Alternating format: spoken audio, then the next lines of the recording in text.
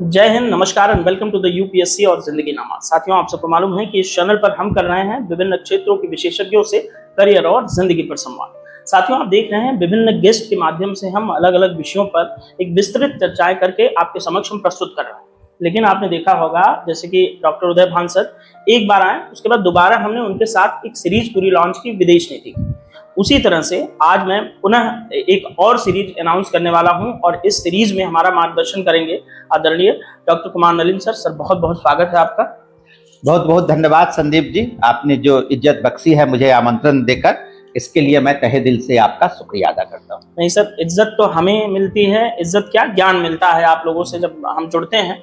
और साथियों, नलिन सर के बारे में मैंने आप लोगों को पहले वीडियो में बताया था कि नलिन सर दिल्ली यूनिवर्सिटी में गेस्ट लेक्चरर हैं। आपने लगभग प्रत्यक्ष रूप से कहें तो 4 किताबें आपने लिखी हैं और किताबों के बारे में हमने पिछले वीडियो में हमने बात की थी। और अन्य किताबों में सर का बड़ा योगदान है और हिस्ट्री के सर विशेषज्ञ माने जाते हैं। यूं कहें कि हम धुरंधर टीचर, धुरंधर टर्म आजकल बड़ा प्रचलित है सर। तो और एक बात मैं भी आपके बारे में कहना चाहूंगा कि आप जो क्वेश्चनायर तैयार करते हैं वो इतना डेप्थ में होता है कि हमें उसको जवाब देने में खुशी होती है और हमें लगता है कि हमारी आपकी बातचीत से जो हमारे श्रोता हैं, हमारे दर्शक हैं, वो भी आनंदित होंगे, वो भी कुछ न कुछ ज्ञान प्राप्त करेंगे। बिल्कुल सर, और इसीलिए सर हमने सोचा, हमने आपके साथ जब रिक्वेस्ट भेजा कि एक हिस्ट्री की सीरीज प्लान करते हैं, तो आपने भी उसका बड़े अच्छे तरीके से आपने प्रतिक्रिया दी, इसके लिए हम शुक्रगुजार हैं। और साथियों, आज हम हिस्ट्री की एक पूरी सीरीज लॉन्च करने वाले हैं सर के साथ। और पहला वीडियो जो आपको मिल रहा है आज, उसका विषय है इस्लाम, मिथ एंड रियलिटी। इस पर सर हमारा मार्गदर्शन करेंगे और इस्लाम पर बात करते हुए एक ऐसा कंट्रोवर्शियल टॉपिक बन जाता है कि हमें बहुत सारे तथ्यों और ऐतिहासिक साक्ष्यों की आवश्यकता होती है। इसलिए सर आज जब डिस्कस करने आए तो कुरान लेकर आए, और सर के हाथों में जब मैंने कुरान देखी तो मैं बड़ा प्रभावित हुआ कि क्या बात है कि हम जैसे रिलीजन से तो हम हिंदू हैं दोनों लोग, लेकिन कुरान दूसरे रिलीजन की, इस्लाम की किताब है और ये पवित्र किताब है, और उसको सर ने पढ़ा है और उसे लेकर के सर आए हैं। तो निश्चित तौर पे आज इस्लाम पर जो मिथ एंड रियलिटी की जो चर्चा है बहुत ज्यादा फ्रूटफुल होने वाली है। इस किताब की चर्चा किया तो मैं बता दूं, ये मूल रूप से ये किताब अरबी में है और इसमें आप देखेंगे कि किताब में अरबिक जो टर्म है पूरे अरबिक में है और इसके विद हिंदी ट्रांसलेशन है। यानी कि कोई अरबी अगर नहीं भी जानता, इसके कंटेंट को, इसके टेक्स्ट को समझ सकता है हिंदी में और इसके इंग्लिश ट्रांसलेशन भी, अन्य भाषाओं में भी है। तो चूंकि हमारा ये पॉडकास्ट हिंदी में है इसलिए मैंने इसके हिंदी ट्रांसलेशन लाए। तो ओरिजिनल अरबिक टेक्स्ट का आप हिंदी अनुवाद इसमें देख सकते हैं और इससे हम मूल रूप से इस्लाम को जान सकते हैं। बिल्कुल सर, बहुत शानदार। और इस पवित्र किताब को हम यहाँ अपने जो है कि रख देते हैं और इस किताब को साक्षी मान करके हम आपके साथ एक लंबी वार्ता करेंगे। और सर, हम आपसे गुजारिश करेंगे हमारी हिस्ट्री की सीरीज और शानदार चले, इसके लिए आप अपने कीमती वक्त में से समय निकालते रहिएगा। बिल्कुल, अब आपकी जिम्मेदारी 1500, 1600, 1000 लोगों की है। ठीक है। तो सर, हम साथियों myth and reality, Islam, myth and reality, इस टॉपिक पर आज विस्तृत चर्चा सर के साथ प्रारंभ कर रहे हैं। तो सर, इस्लाम को लेकर के बहुत ज्यादा चर्चाएं होती हैं और इस्लाम जब हम शब्द सुनते हैं तो बहुत सारे लोगों को जो नॉन इस्लामिक मतलब नॉन मुस्लिम्स हैं उनको नहीं समझ में आता है और बहुत सारे लोग इंटरेस्ट भी नहीं लेते। तो आज हम आपके माध्यम से इस शब्द के वास्तविक अर्थ को समझने का प्रयास करेंगे। तो पहला ये हमारी जिज्ञासा है कि इस्लाम का वास्तविक अर्थ हमें समझाइए। बिल्कुल, बहुत प्रासंगिक प्रश्न पूछा आपने।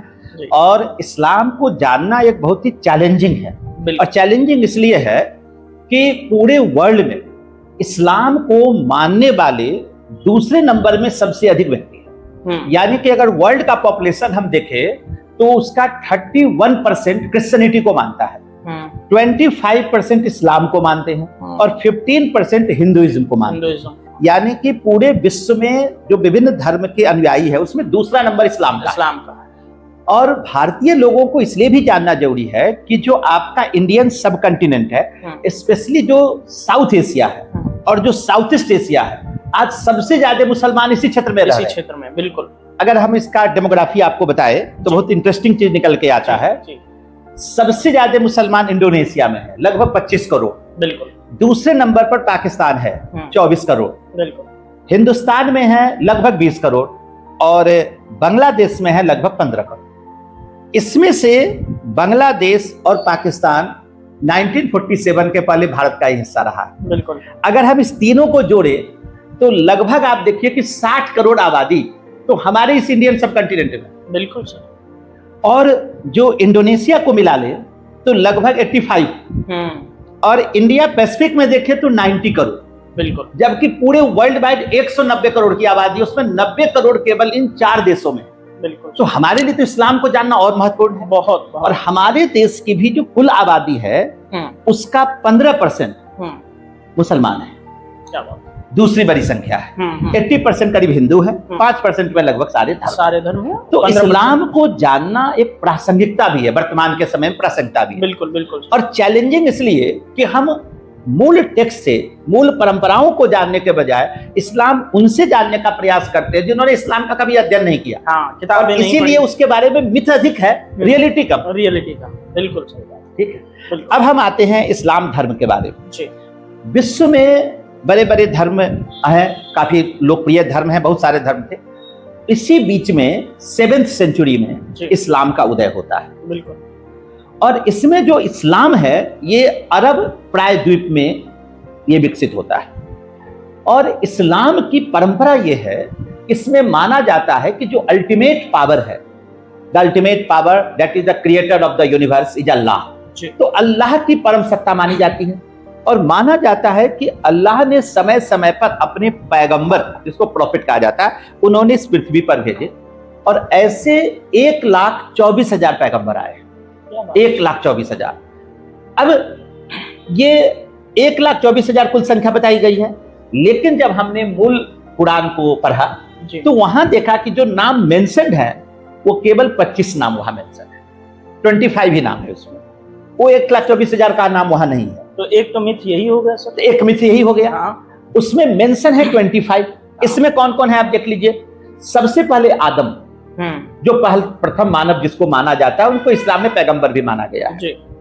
फिर आगे चलकर देखेंगे इब्राहिम, इस्माइल, मोसेस यानी कि मूसा, ईसा मसीह और प्रोफेट मोहम्मद। इसमें 24वां नाम है जीसस क्राइस्ट का और 25वां नाम है प्रोफेट मोहम्मद का। That is prophet Muhammad was the last prophet of Allah. तो एक मिथ तो आपको मैंने कहा कि इसमें 1,24,000 है, लेकिन लिस्ट 25 का है। और माना गया है इसमें कि प्रोफेट मोहम्मद अंतिम पैगंबर है, यानी कि इसके बाद अब कोई पैगंबर नहीं आएंगे। तो जो भी कोई इस्लाम धर्मावलंबी है और अगर वो इस कॉन्सेप्ट को नहीं मानता कि इनके बाद भी कोई पैगंबर आ सकता है, उन सबको इस्लाम में विधर्मी माना जाता है, नॉन इस्लामिक माना जाता है, क्योंकि ये फेथ आपको मानना ही मानना है। अब हम इस्लाम के मूल शब्द पर आते हैं। एक अरबिक शब्द है जिसको इंग्लिश में समझिए SLM। तो अरबिक टर्म से ये इस्लाम बना है, जिसका अर्थ होता है कंपैशन और commitment to the way of God. यानी कि अल्लाह के प्रति जो हमारा लगाव है, झुकाव है, उनके प्रति जो हमारा समर्पण है, वही इस्लाम सिखाता है। इस्लाम धर्म वही है। अब इस इस्लाम धर्म से संबंधित 5 हाइपोथेसिस है, 1 बाय 1 मैं आपको बता रहा हूं। पहला क्या है? The only ultimate power that is creator of the universe is Allah. केवल एकमात्र परम सत्ता है, वो है अल्लाह। दूसरा, the only religion is Islam. एकमात्र धर्म Islam. The only holy book is Quran, holy Quran. Quran एकमात्र धार्मिक पुस्तक है। इसमें चौथा है the only state, Islamic state, केवल इस्लामी राज्य, एक ही राज्य होगा। एंड द ओनली कम्युनिटी, मुसलमान। एकमात्र समुदाय होगा मुसलमान। मुसलमान बना है मुसल्लह ए ईमान से, जो ईमान का पक्का है वो मुसलमान। बिल्कुल।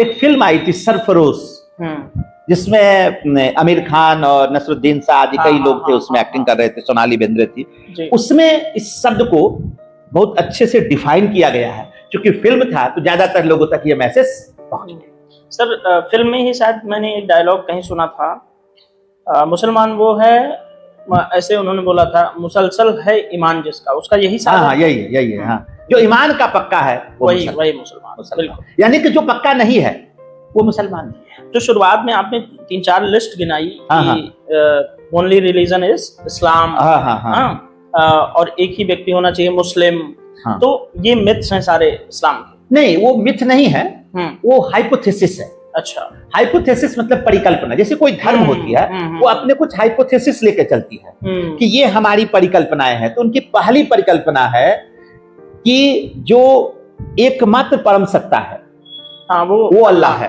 अब जैसे क्रिश्चियनिटी में ये गॉड को मानते हैं, जुदाइज्म में गॉड को मानते हैं, हिंदुइज्म में हम ईश्वर को मानते हैं, वो अल्लाह को मानते हैं। बेसिकली ये जो अल्लाह शब्द है ना, ये भी अरबिक टर्म है, अरबिक फॉर्म ऑफ गॉड।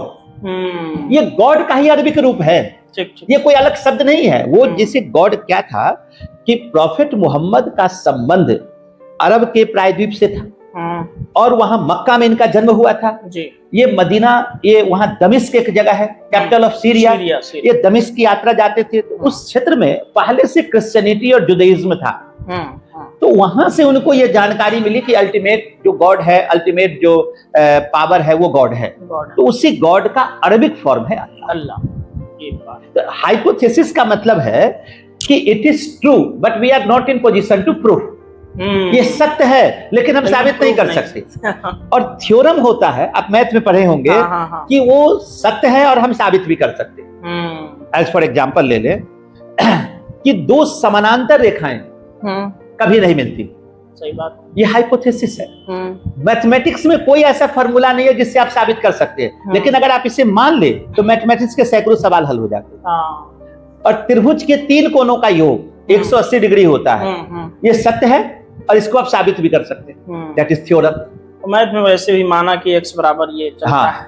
तो अब जैसे मान लिए माना, तो अब क्या है कि हर धर्म में अपने कुछ हाइपोथेसिस है, तो परिकल्पनाएं हैं। ये इस्लाम की परिकल्पनाएं हैं, जो मैंने कहा Allah is the ultimate power, Quran is the only holy book, the only state is Islamic state, and only religion is Islam, only community is मुसलमान। तो ये हाइपोथेसिस है, इसको मिथ में नहीं रखेंगे, ये हाइपोथेसिस है। अच्छा, अब इस्लाम को समझने का एक और देखिए, इस्लाम में 5 पिलर्स ऑफ इस्लाम है, 5 स्तंभ है। इसमें आपके पास चॉइस नहीं है मानने और न मानने का। ठीक है, अब ये 5 पिलर क्या है समझिएगा। पहला है Shahada. It is an Arabic term, Shahada. Shahada means faith, विश्वास। ये विश्वास आपको करना है कि एकमात्र परम सत्ता अल्लाह है और हजरत मोहम्मद उनके अंतिम पैगंबर है। There is nothing, there is no God but Allah and हजरत Muhammad is the last messenger of God. ये आपको मानना है। दूसरा आप देखिए, दूसरा पिलर क्या है? शहादा हो गए। दूसरा सलाह। सलाह का मतलब होता है नमाज, prayer 5 times a day towards Kaaba. Kaaba की ओर मुख करके 5 बार इबादत करना सलाह का लाता। दिन में 5 बार, दिन में 5 बार, मैंने अर्ली इन द मॉर्निंग से लेकर इवनिंग, नाइट भी हो जाते हैं, मतलब 24 घंटे का उनका टाइम बना हुआ है। ये 5 बार अल्लाह की इबादत करना है। ये दूसरा है सलाह। तीसरा है जकात, ग्रांट, चैरिटी। जो भी संपन्न व्यक्ति है या जो भी अपने को इस्लाम को मानता है, उनका ये ड्यूटी है कि वो अपनी कुल संपदा में से 1/40, दैट इज 2.5% वो दान करे, जो गरीब मुसलमानों के काम आएगा। यहाँ से मुझे एक बात याद आई सर कि मैं जब हम लोग ये सब प्लान कर रहे थे कि हम इस्लाम पे करेंगे, तो मैंने 2-3 अपने मुसलमान दोस्तों से बात किया इसके बारे में। अच्छा है। उन्होंने ये वाली बात बताई थी कि हमारे धर्म में ये है कि जितना कोई रिच व्यक्ति है कमाता है, जैसे 1 करोड़ रुपए कमाया तो उसका 20% है, 1/4 नहीं, उसका है 1/40। ओरिजिनल जो टेक्स्ट है वो 1/40, परसेंटेज में जोड़ेंगे 2.5%। ठीक, ज्यादा तो आप दे सकते हैं, दान है, आप तो पूरी संपदा दान दे सकते हैं, उसमें कोई रोक नहीं है। दान देने की कोई सीमा नहीं है, आप कुछ भी दे सकते हैं, पूरी संपदा। लेकिन मिनिमम ये दिया गया है कि कम से कम, क्योंकि ये जो परंपरा बनी थी वो अरब प्रायद्वीप में बने थे और वहां बहुत ज्यादा रिसोर्सेस नहीं थे बिल्कुल। तो इसलिए इसको कम रखा गया। अब ऐसे भी ग्रांट है, आपकी इच्छा है, आप दे ना दे। तो तीसरा जकात हो गया। चौथा है स्वाम। स्वाम it is also an Arabic term, SAWM, स्वाम। स्वाम मीन्स फास्टिंग। रमजान के पवित्र महीने में उपवास रखना, जिसको रोजा कहा है। रमजान का पवित्र महीना जो इस्लामिक कैलेंडर है उसका 9वां महीना जो है, 9th मंथ है, वो रमजान कहलाता है। अब आपके मन में एक सहज प्रश्न होगा या हमारे दर्शकों के मन में प्रश्न होगा कि रमजान में ही रोजा क्यों रखते हैं? बिल्कुल। तो इसके पीछे परिकल्पना यह है कि कुरान का जो अवतरण है वो रमजान के महीने में हुआ, इसलिए यानी यानी कि जो मैसेंजर है, जो मैसेज है अल्लाह का, वो अल्लाह अपना मैसेज देते हैं इसी मंथ में, रमजान के महीने में। किसके माध्यम से? तो जिसके माध्यम से देते हैं उसको एंजल कहा गया है, यानी कि देवदूत। उसका नाम है जिब्राइल अलैहिस्सलाम। तो जिब्राइल अलैहिस्सलाम ये मैसेज लाते हैं और ये मैसेज जिनको मिलता है वही प्रॉफिट कहलाते हैं। क्या बात है। तो ये मोहम्मद साहब को मिला, तो मोहम्मद साहब प्रॉफिट हो गए, तो उन्होंने प्रॉफिटहुड की घोषणा की। तो जिस माह में ये मैसेज आया उसी में रमजान रखते हैं और रमजान के अंत में ईद का फेस्टिवल सेलिब्रेट किया जाता है। क्या बात है। तो ये हो गया 4 और 5वां पिलर बता देते हैं। 5वां है आपका हज करने जाना। Once upon a lifetime, जीवन में कम से कम एक बार आपको काबा की यात्रा करना। काबा मक्का में अवस्थित है, बिल्कुल। उसको एक तरह से आप पिलग्रिमेज समझ लीजिए, तीर्थ यात्रा समझ लीजिए। वो तीर्थ यात्रा जैसे हम लोग काशी जाते हैं, मथुरा जाते हैं, ये लोग मक्का जाते हैं, जैसे अमरनाथ की यात्रा है। तो वो जो काबा है, काबा की परंपरा इस्लाम के आने के पहले से, अच्छा, इस्लाम ने उसको इनकॉर्पोरेट किया अपने इस्लाम। माना जाता है कि इनके जो अल्लाह के जो पैगंबर हैं उसमें एक मैंने नाम बताया था इब्राहिम, इस्माइल।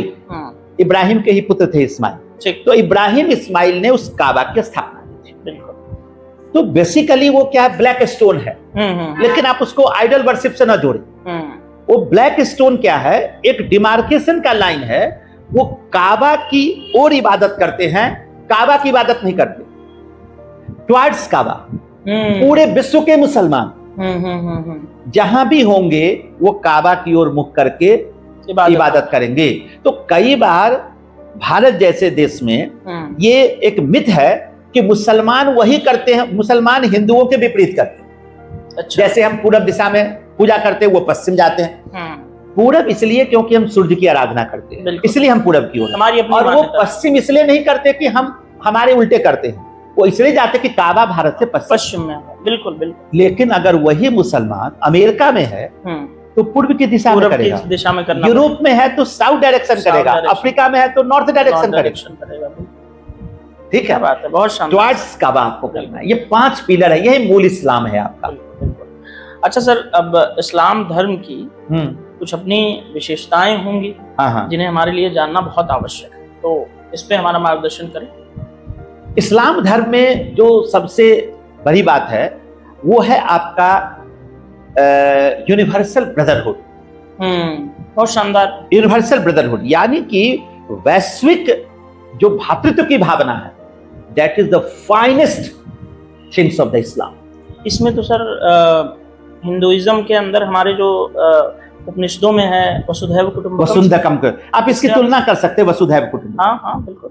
जैसे हम पूरे विश्व को ही एक परिवार मानते हैं, वैसे ही उसी प्रकार से इस्लाम ये मानता है कि चाहे आप किसी भी नस्ल के हो, जाति के हो, क्षेत्र के हो, भाषा भाषी हो, ये सब के सब भातृत्व की भावना है। तो इस्लामिक जो भातृ भावना, यूनिवर्सल ब्रदरहुड, ये बहुत सीख लेने की जरूरत है इस्लाम से। देखिए ये आज ये चीजें आपके माध्यम से कितनी क्लियर हो रही हैं। और जनरली मैं दावे के साथ कह सकता हूँ सर कि जो नॉन मुस्लिम है उनमें से ज्यादातर लोगों को ये बात नहीं पता। उनको लगता है कि इस्लाम केवल इस्लाम धर्मावलंबियों के बीच समानता की बात करता है, नहीं, वो सबके साथ करता है। और आगे हम कई आपसे चर्चा करेंगे मिथ एंड रियलिटी पर।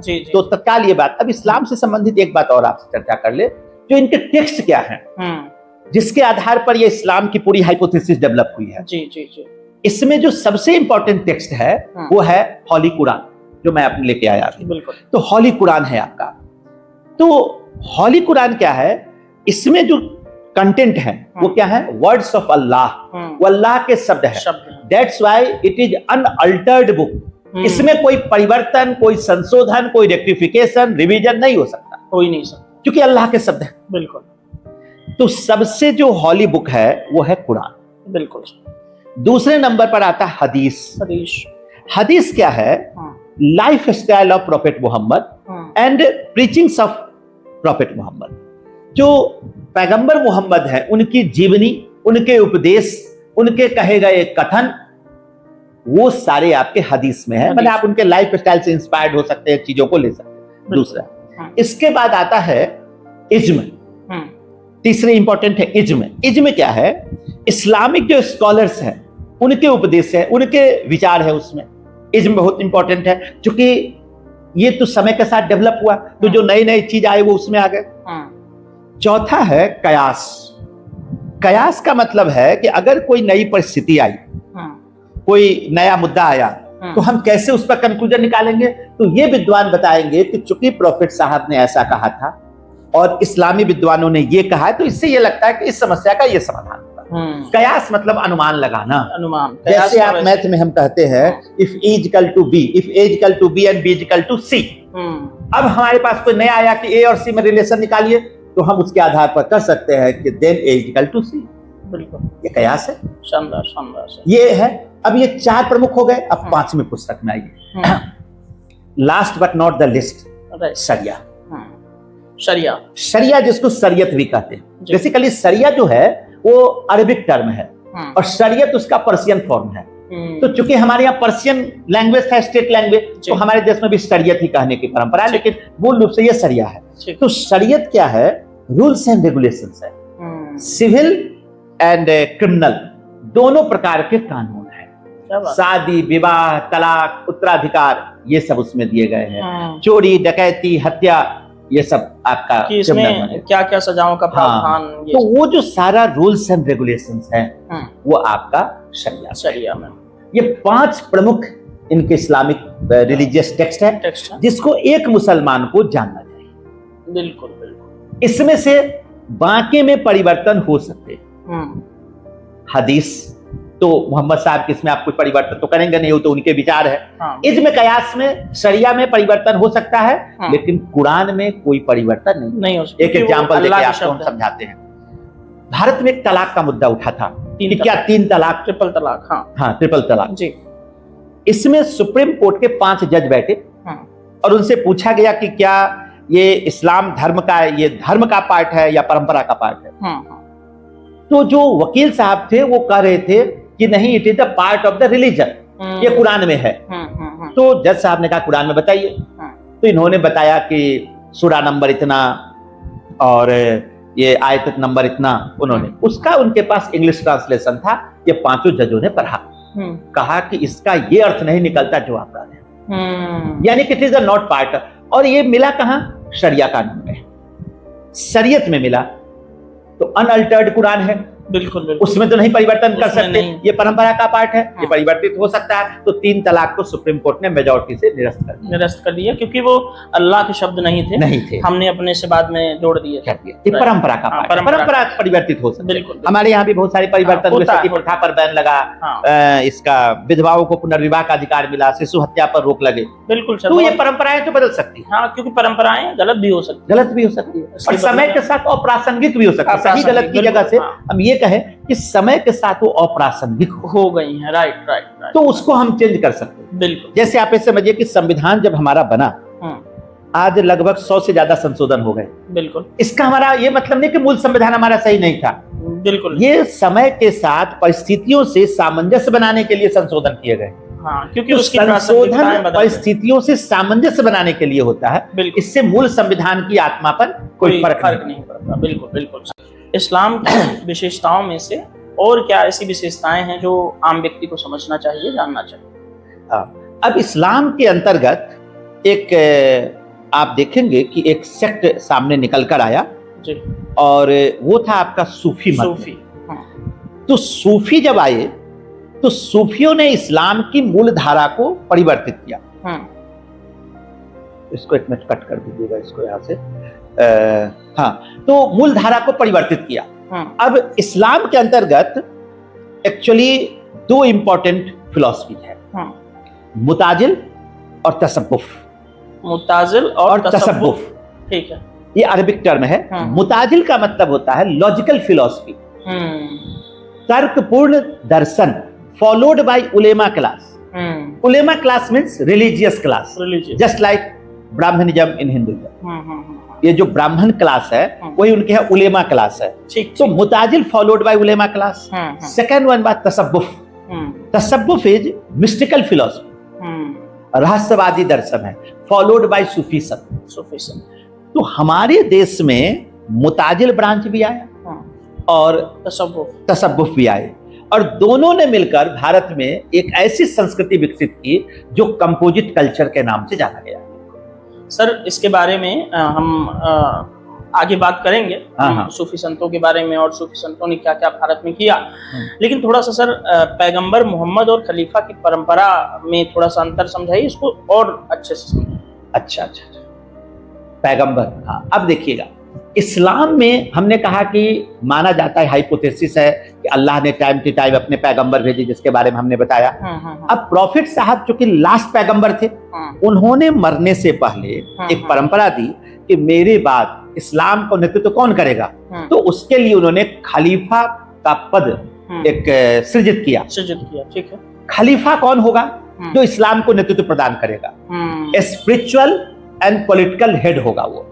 आध्यात्मिक भी होगा, राजनीतिक भी प्रधान होगा। स्पिरिचुअल एंड पॉलिटिकल जो हेड है वो खलीफा है। तो आरंभ के जो 4 खलीफे हैं वो कहलाते हैं पैट्रियार्कल कैलिफ। पैट्रियार्कल कैलिफ, सत्तावादी खलीफे। इसमें 4 लोग आते हैं, हजरत अबू बकर, हजरत उमर, हजरत उस्मान और हजरत अली। मोहम्मद साहब की मृत्यु हुई है आपका 632 में, और 632 से 661 तक ये चारों खलीफे आए। ये इलेक्टेड कैलिफ थे, निर्वाचित थे। अब जब निर्वाचित थे तो जब चौथे बने अली, तो उस समय एक डिस्प्यूट हो गया। अली कौन थे? He was son in law of prophet Muhammad, husband of Fatima. अब यहां पर डिस्प्यूट हुआ, 2 सेक्ट में ये बटा। अब यहां जो 2 सेक्ट में बटे, ये दोनों में संघर्ष की स्थिति उत्पन्न हो गई, एंड फाइनली अली जो है मारे गए। करबला के युद्ध की बात, ये 1661 में मारे गए। आगे चलकर इनके जो पुत्र थे, ये क्या नाम है उनका, हाँ, हसन 670 के आसपास हसन भी मारे गए। और 680 में करबला का प्रसिद्ध लड़ाई हुई 680 में, जिसमें हुसैन मारे गए।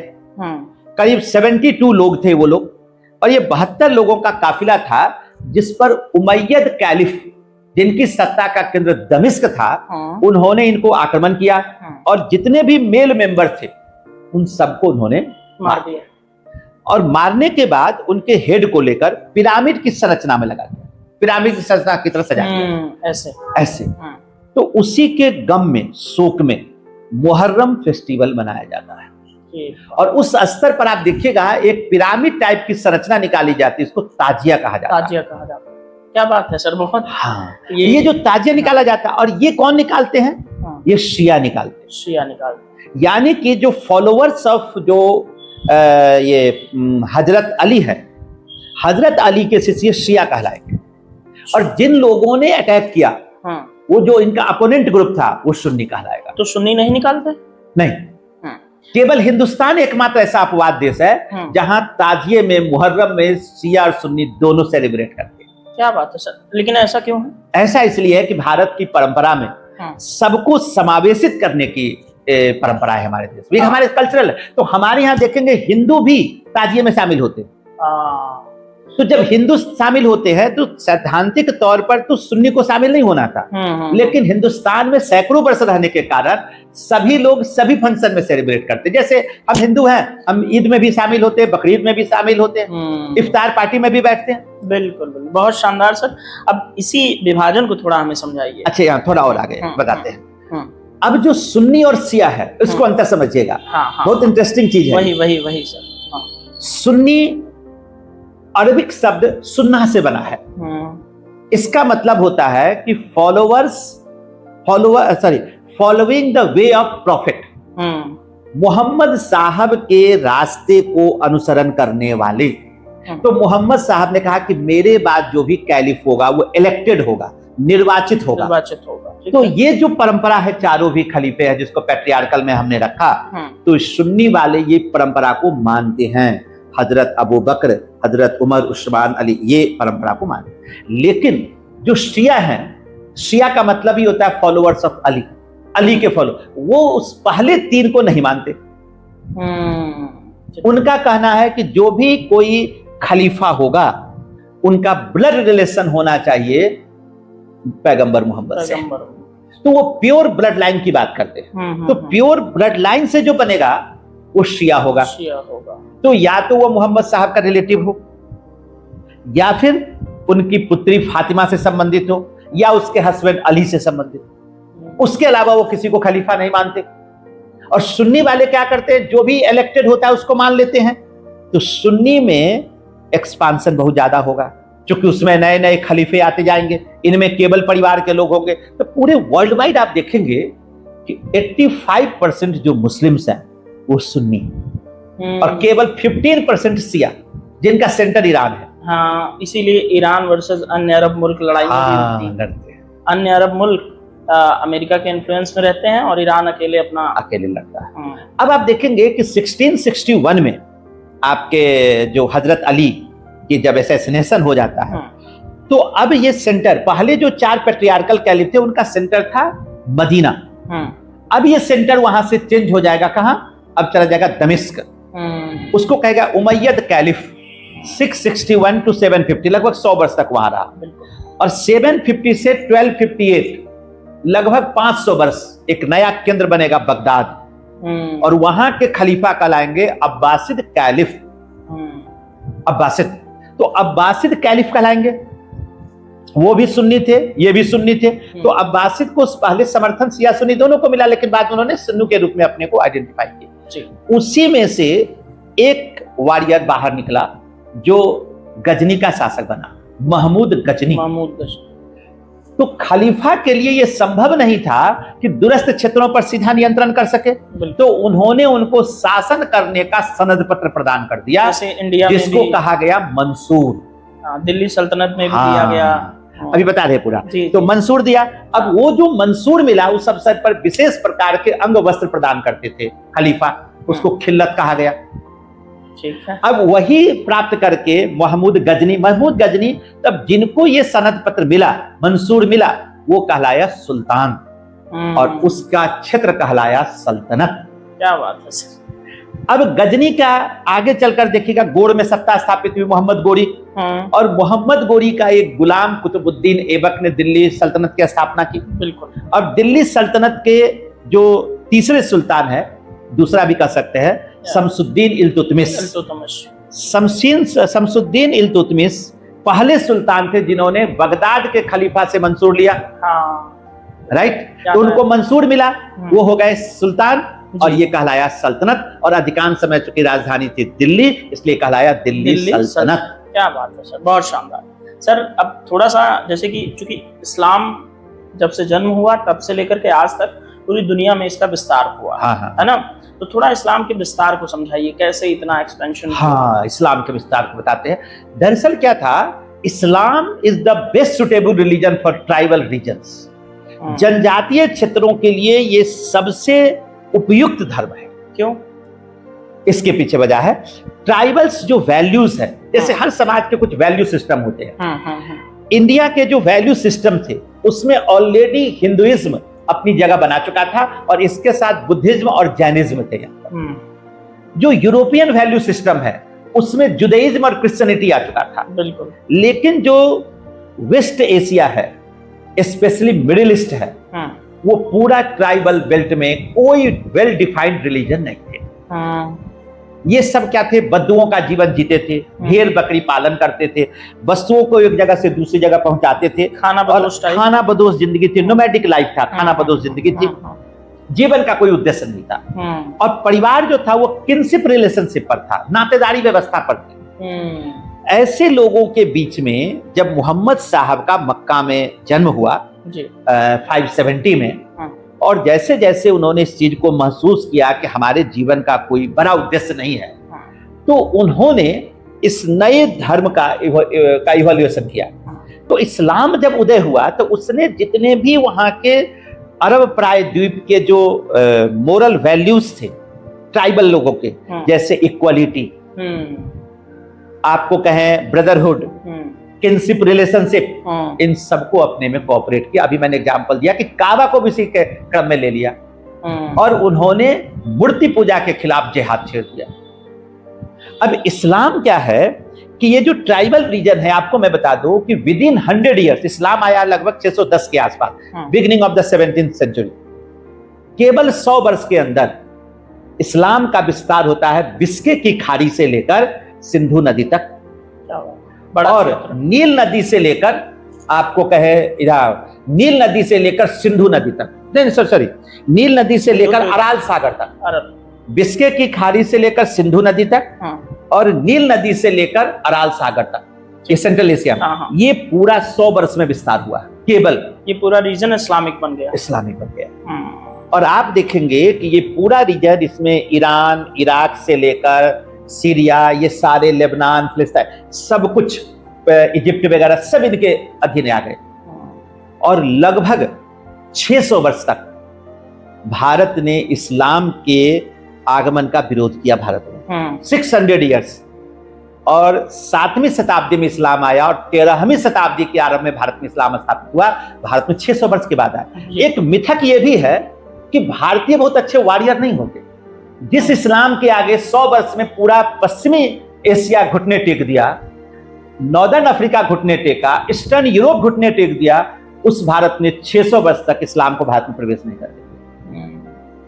अब इसी में सर, इसी चीज को थोड़ा सा और बढ़ाते हैं। जानना ये है कि इस्लाम का भारत में प्रवेश कैसे हुआ। बहुत सारे लोग सिर्फ आक्रमणों से समझते हैं, तो हम भी आपके माध्यम से क्लियर करना चाहते हैं, सिर्फ इन्वेडर्स आए इसलिए इस्लाम आया, या सूफी संत, या कुछ और आपके हिसाब से? हाँ, अब आपको मैं बता दूं, सबसे पहला जो फैक्टर है वो इकोनॉमिक फैक्टर है। अब आप कहेंगे इकोनॉमी कहां से आया, हमने तो पढ़ा नहीं। अब आप देखिएगा, फर्स्ट जो आपका सक्सेसफुल अटैक है वो मोहम्मद बिन कासिम का है, 712 ईस्वी।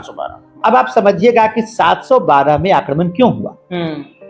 उस समय खलीफा दमिश्क में रहते थे, और उनका साउथ एशिया और साउथ ईस्ट एशिया से व्यापार चल रहा था। आप सोचिए उनके नेवल पावर को।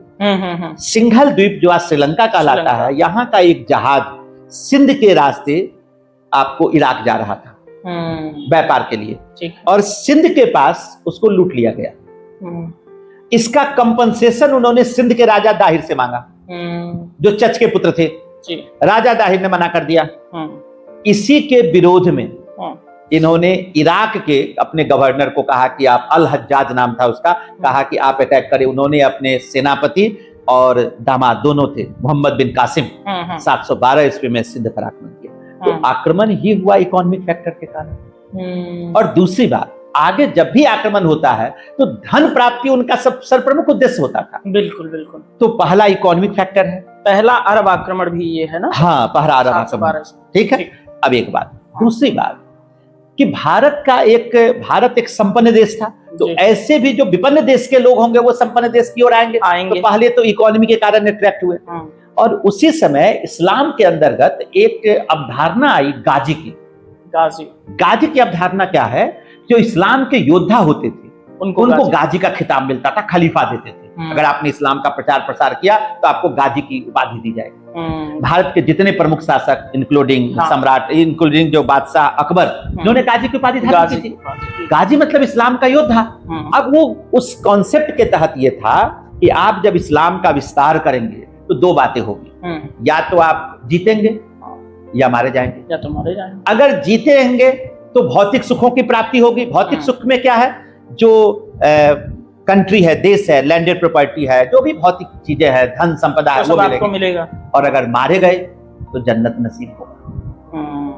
ठीक, उनको ऐसा कहा गया। और इस गाजी के कारण जितने भी ट्राइब्स थे, जैसे अरबी, ईरानी, तुरानी, मुल्तानी, खुरासानी, अफकी, पठानी, मंगोल, ये सब इस्लाम के बैनर में आ गए। और इस्लाम के विस्तार में एक और फैक्टर है, मैं आपसे चर्चा कर दूं, वो था आपका खम्स।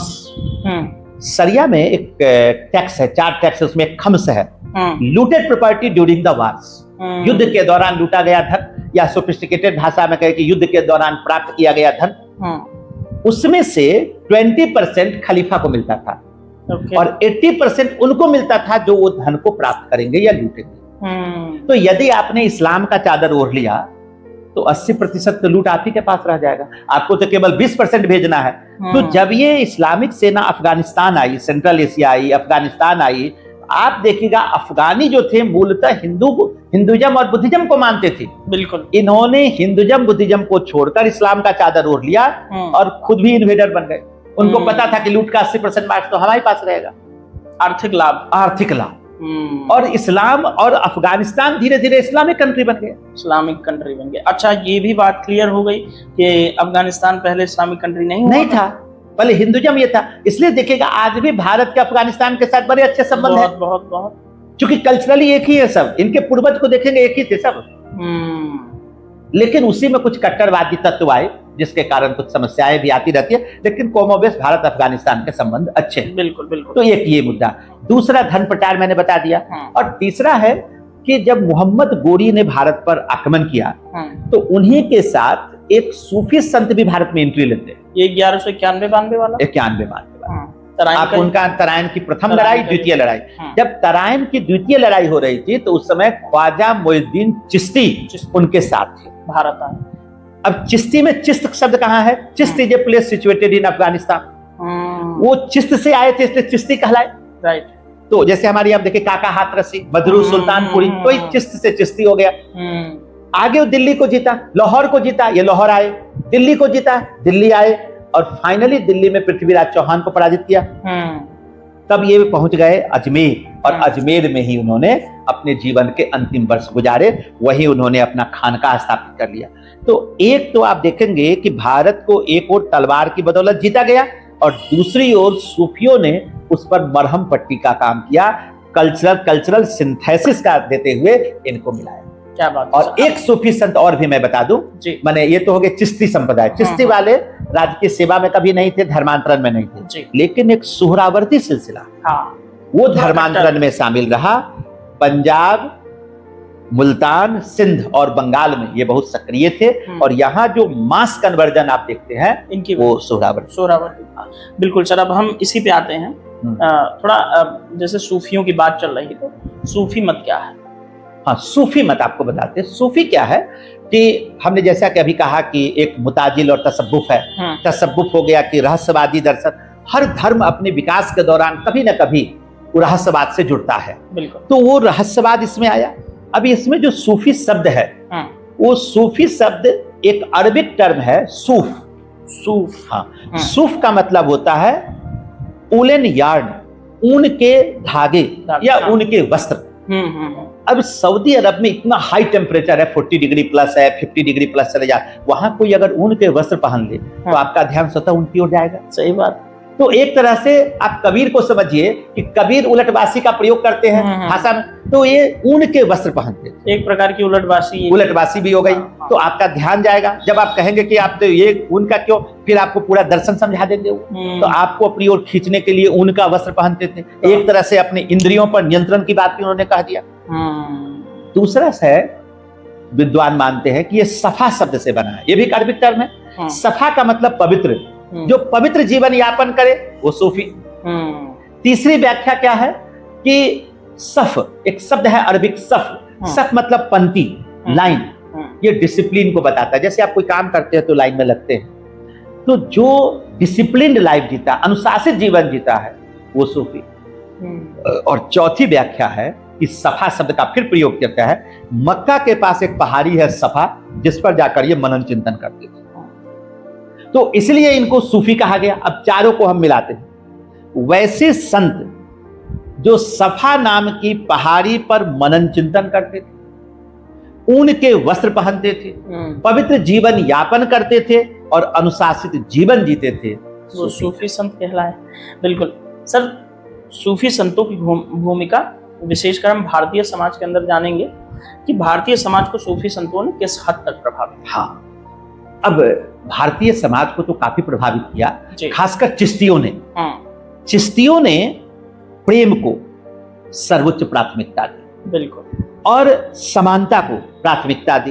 राजकीय सेवा ये स्वीकार नहीं करते थे और न ही ये किसी प्रकार से धर्मांतरण में संलग्न थे। और इन्होंने एक नई बात ये जोड़ी कि समा कहते हैं संगीत में आयोजन को, इन्होंने इसको धर्म से जोड़ा, जबकि मुताजिल वाली शाखा संगीत को इस्लाम धर्म के विरुद्ध मानती। बिल्कुल। लेकिन इन्होंने कहा कि बिना संगीत के कोई जीव अल्लाह तक नहीं पहुंच सकता। तो इस्लामिक हाइपोथेसिस में खासकर सूफी ये मानते हैं कि जो अल्लाह है वो है प्रेमिका और जो जीव है वो है प्रेमी।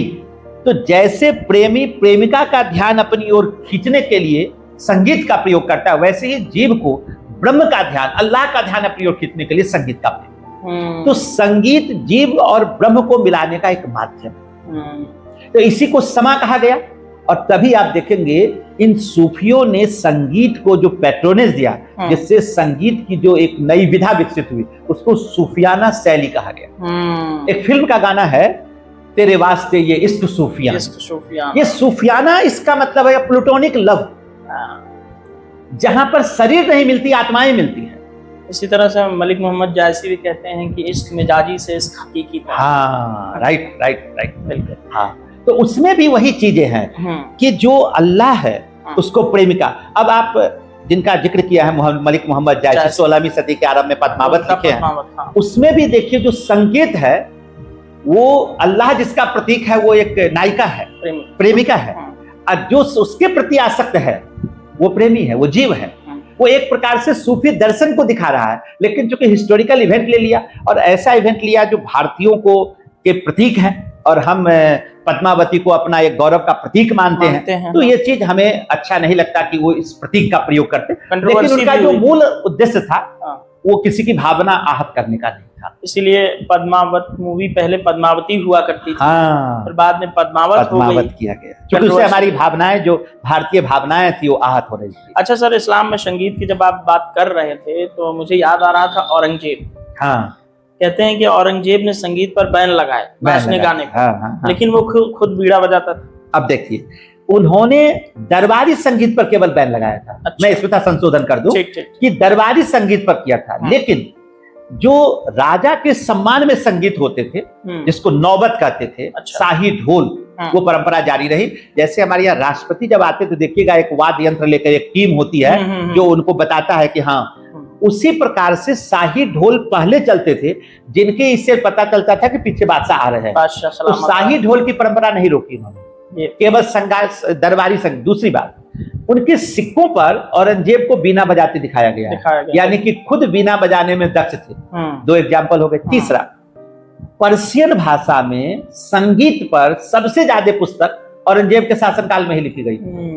इसका मतलब उन्होंने कोई कॉमन बैन नहीं लगाया था, केवल दरबारी संगीतकार। वो इसलिए कि वो व्यक्तिगत रूप से बहुत पाकसाफ व्यक्ति था और वो इस प्रकार के मनोरंजन में इन्वॉल्व नहीं रहता था। तो कई बार ऐसा होता है कि आप उनके जीवन को आप देखेंगे तो शासन के पहले 25 वर्ष पूरे उत्तर भारत में विद्रोह होते रहे, और बाद के 25 वर्ष जब दक्षिण में गुजारा तो भी विद्रोह में गुजार गए। ऐसी स्थिति में अगर कोई म्यूजिकल साउंड या कोई म्यूजिकल कार्यक्रम हो तो क्या बादशाह उसमें इन्वॉल्व हो पाएगा? वो भी जब व्यक्तिगत दिलचस्पी नहीं थी, तो इसलिए उन्होंने संगीत पर प्रतिबंध लगा दिया, जो एक प्रकार से उचित नहीं था, उसकी जरूरत नहीं थी। आप वर्तमान में देखेंगे सूफियों का ही यह प्रतिफल है कि भारत में म्यूजिशियंस और जो गीतकार है, संगीतकार है, गायक है, उसमें एक बड़ी संख्या मुसलमानों की है। बिल्कुल बिल्कुल, और बड़ा अच्छा गाते हैं सर। और सूफियों में देख लीजिए नुसरत फतेह अली खान, अरे सर वो क्या गाते हैं, देख लीजिए, टॉप क्लास। अच्छा, सूफी में एक बात और भी है सूफी कहते हैं कि जैसे अल्लाह के पास आप गए, अल्टीमेट पावर, अपने ईगो का दमन कीजिए। आप देखेंगे शब्द है फना, फना, तेरे इश्क में फना हो जाए। फना का शाब्दिक अर्थ होता है टू सप्रेस योर ईगो, अपने अहंग का दमन ही फना। क्या बात। जब अब तक आप अहंग का दमन नहीं करेंगे तो अल्लाह से कैसे मिलेंगे? बहुत शानदार कंसेप्ट है सर, बिल्कुल। सर एक अब इस्लाम की चर्चा चल रही तो एक बात कही जाती है इस्लाम में, राजसी जब बातें होती हैं, कहते हैं सुल्तान किसी शासक को कहा जाता है, किसी को बादशाह। इन दोनों में मुख्य अंतर हमें समझाइए। बहुत अच्छा, बहुत अच्छा। और बहुत सामान्य को बहुत सारे लोग जानते होंगे, लेकिन एक सामान्य जो लोग हैं उनको इसमें अंतर नहीं समझ में आता। तो सुल्तान क्या है? सुल्तान accepted the supremacy of caliph, but बादशाह never accepted the supremacy of caliph. जो खलीफा की परंपरा को मानते हैं, खलीफा की सर्वोच्चता को मानते हैं, वो सुल्तान हो गया। और जो खलीफा की परंपरा को नहीं मानते, स्वयं को ही खलीफा मानते हैं, वो बादशाह का। बादशाह का जो मूल शब्द है वो एक पर्शियन टर्म है, पादशाह। ध्यान रखिएगा, पर्शियन टर्म है पादशाह। पाद का मतलब होता है स्टेबिलिटी, स्थायित्व, और शाह का मतलब होता है रूट, मूल, जड़। जो स्थायित्व का मूल हो, अर्थात संप्रभु हो, सॉवरेन किंग, वो हो गया बादशाह। वो बादशाह। इसी बादशाह का अपभ्रंश है बादशाह। मूल शब्द है बादशाह, अपभ्रंश है बादशाह। अच्छा, बलबन के बारे में आप जानते होंगे कि उन्होंने उपाधि ली थी जिले अल्लाह और निवायते खुदाई। जिले अल्लाह, निवायते खुदा। अब देखिए, जिले अल्लाह का मतलब क्या है? निवायते खुदाई का मतलब होता है बाय द गॉड ग्रेस, कि अल्लाह की इच्छा से मैं बना। दूसरा है जिले अल्लाह, शैडो ऑफ द गॉड, अल्लाह की छाया। उन्होंने कहा कि ये जैसे सूर्य है, प्रकाशवान है, उनकी छाया मुझ पर पड़ रही है। That is I am indirectly related to the God, I am indirectly connected with the God. मैं अल्लाह से अप्रत्यक्ष रूप से जुड़ा हुआ। जिल्ले इलाही, जिल्ले इलाही नहीं, हाँ, जिल्ले इलाही, अल्लाह की छाया हम पर पड़ती है। अब अकबर जब शासक बने तो अकबर बहुत पढ़े लिखे तो नहीं थे, बल्कि नहीं पढ़े लिखे थे, सीधी भाषा में कहे तो अकबर ने अबुल फजल से पूछा, नवरत्न रखते थे, सारे विद्वान उनके दरबार में थे उस समय के, उनसे पूछा इसका अर्थ क्या है, सो बताओ। बोला कि जिले अल्लाह का मतलब है शैडो ऑफ द गॉड, हमारे यहाँ परंपरा है इसको रखने की। तो कहे कि ये शैडो क्यों आता है? जो शैडो आता है उसको हटा दो वहां से, सीधे प्रकाश आने दो। वो शैडो क्या था? शैडो था खलीफा, अल्लाह, कैलिफ और बादशाह। कहा कि कैलिफ को हटा दो। जब वही कैलिफ को हटा दिया तो सीधे प्रकाश पड़ी। उन्होंने उपाधि ली फर ए इजदी, ये पर्शियन टर्म है। फर ए इजदी का मतलब होता है ईश्वरीय प्रकाश, डिवाइन रे। कहा कि ईश्वर का प्रकाश सीधे मेरे चेहरे पर आने दो, I am directly related to the God. क्या बात। ये ऐसी उपाधि थी फर ए इजदी कि अल्लाह के बाद अब इससे बड़ी कोई उपाधि इस पृथ्वी पर हो नहीं सकती। आई थिंक बहुत शानदार तरीके से आपने बादशाह और सुल्तान में अंतर समझाया। तो थोड़ा सा और आगे इस चर्चा को बढ़ाते हुए हम थोड़ा सा इस्लाम में कुछ जो धार्मिक नीतियां थी उस पर चर्चा कर लेते हैं। बिल्कुल। जैसे कि कहा जाता है कि इस्लामिक जो शासक भारत में रहे, मिडल इंडिया में, उन्होंने मंदिरें तोड़ी, मुख्य रूप से औरंगजेब का नाम लिया जाता है, और जजिया कर लगाए। तो इस पे थोड़ा सा विवाद क्यों है, इसको समझाइए। मंदिर तोड़ने की परंपरा पहले जो इन्वेडर है आपके मोहम्मद बिन कासिम से ही शुरू हो जाती है। उन्होंने सिंध में एक मंदिर को तोड़ा था, ठीक है, और उस मंदिर के बारे में एक मिथक थी वहां, इसके ऊपर जो लाल झंडा लगा है वो जब तक झंडा है सिंध सुरक्षित है, जिस दिन उस झंडे को गिरा दिया जाएगा इस पर विपत्ति आ जाएगी। जब इनको पता चला तो अपने सैनिकों को भेजकर उन्होंने मंदिर के ऊपर से लाल झंडे को गिरा दिया। एक प्रकार से नैतिक रूप से सिंध को वही मात दे दी। और उसके बाद क्या हुआ कि उन्होंने आक्रमण किया। अब आक्रमण जब किया तो देखा कि भारत एक बड़ा संपन्न क्षेत्र है, तो सिंध मुल्तान को लूटा, अपार धन प्राप्त हुआ, इसमें सोना काफी आया, तो यहां तक कि मुल्तान का नाम स्वर्ण नगरी तक रख दिया था इन्होंने। तो उनको लगा कि अगर हम मंदिर को तोड़ते हैं तो ये धन हमें प्राप्त होता है। फिर आप देखेंगे महमूद गजनी का आक्रमण हुआ बड़े स्तर पर, उसमें उन्होंने सोमनाथ मंदिर 17वें आक्रमण में सोमनाथ मंदिर को लूटा, और माना जाता है कि वहां से 6.5 टन सोना, 6.5 टन सोना लूट कर ले गए थे। यहाँ कन्नौज, थानेश्वर, तमाम क्षेत्रों को, दिल्ली, मथुरा, सबको लूटा। तो है क्या कि मंदिर तोड़ने के पीछे एक वजह ये होती थी, वो धन की प्राप्ति करना चाहते। मैं यही जानना चाहता था सर कि जो हिंदुस्तान में मंदिर तोड़े गए मुस्लिम शासकों द्वारा, उसके पीछे की मूल वजह क्या होती थी? धार्मिक वजह या आर्थिक वजह क्या होती? एक्चुअली क्या है कि जो एक ग्रुप है इतिहासकार का, वो तो कह रहा है कि केवल आर्थिक वजह थी, एक ग्रुप कहता है कि इसकी धार्मिक वजह थी।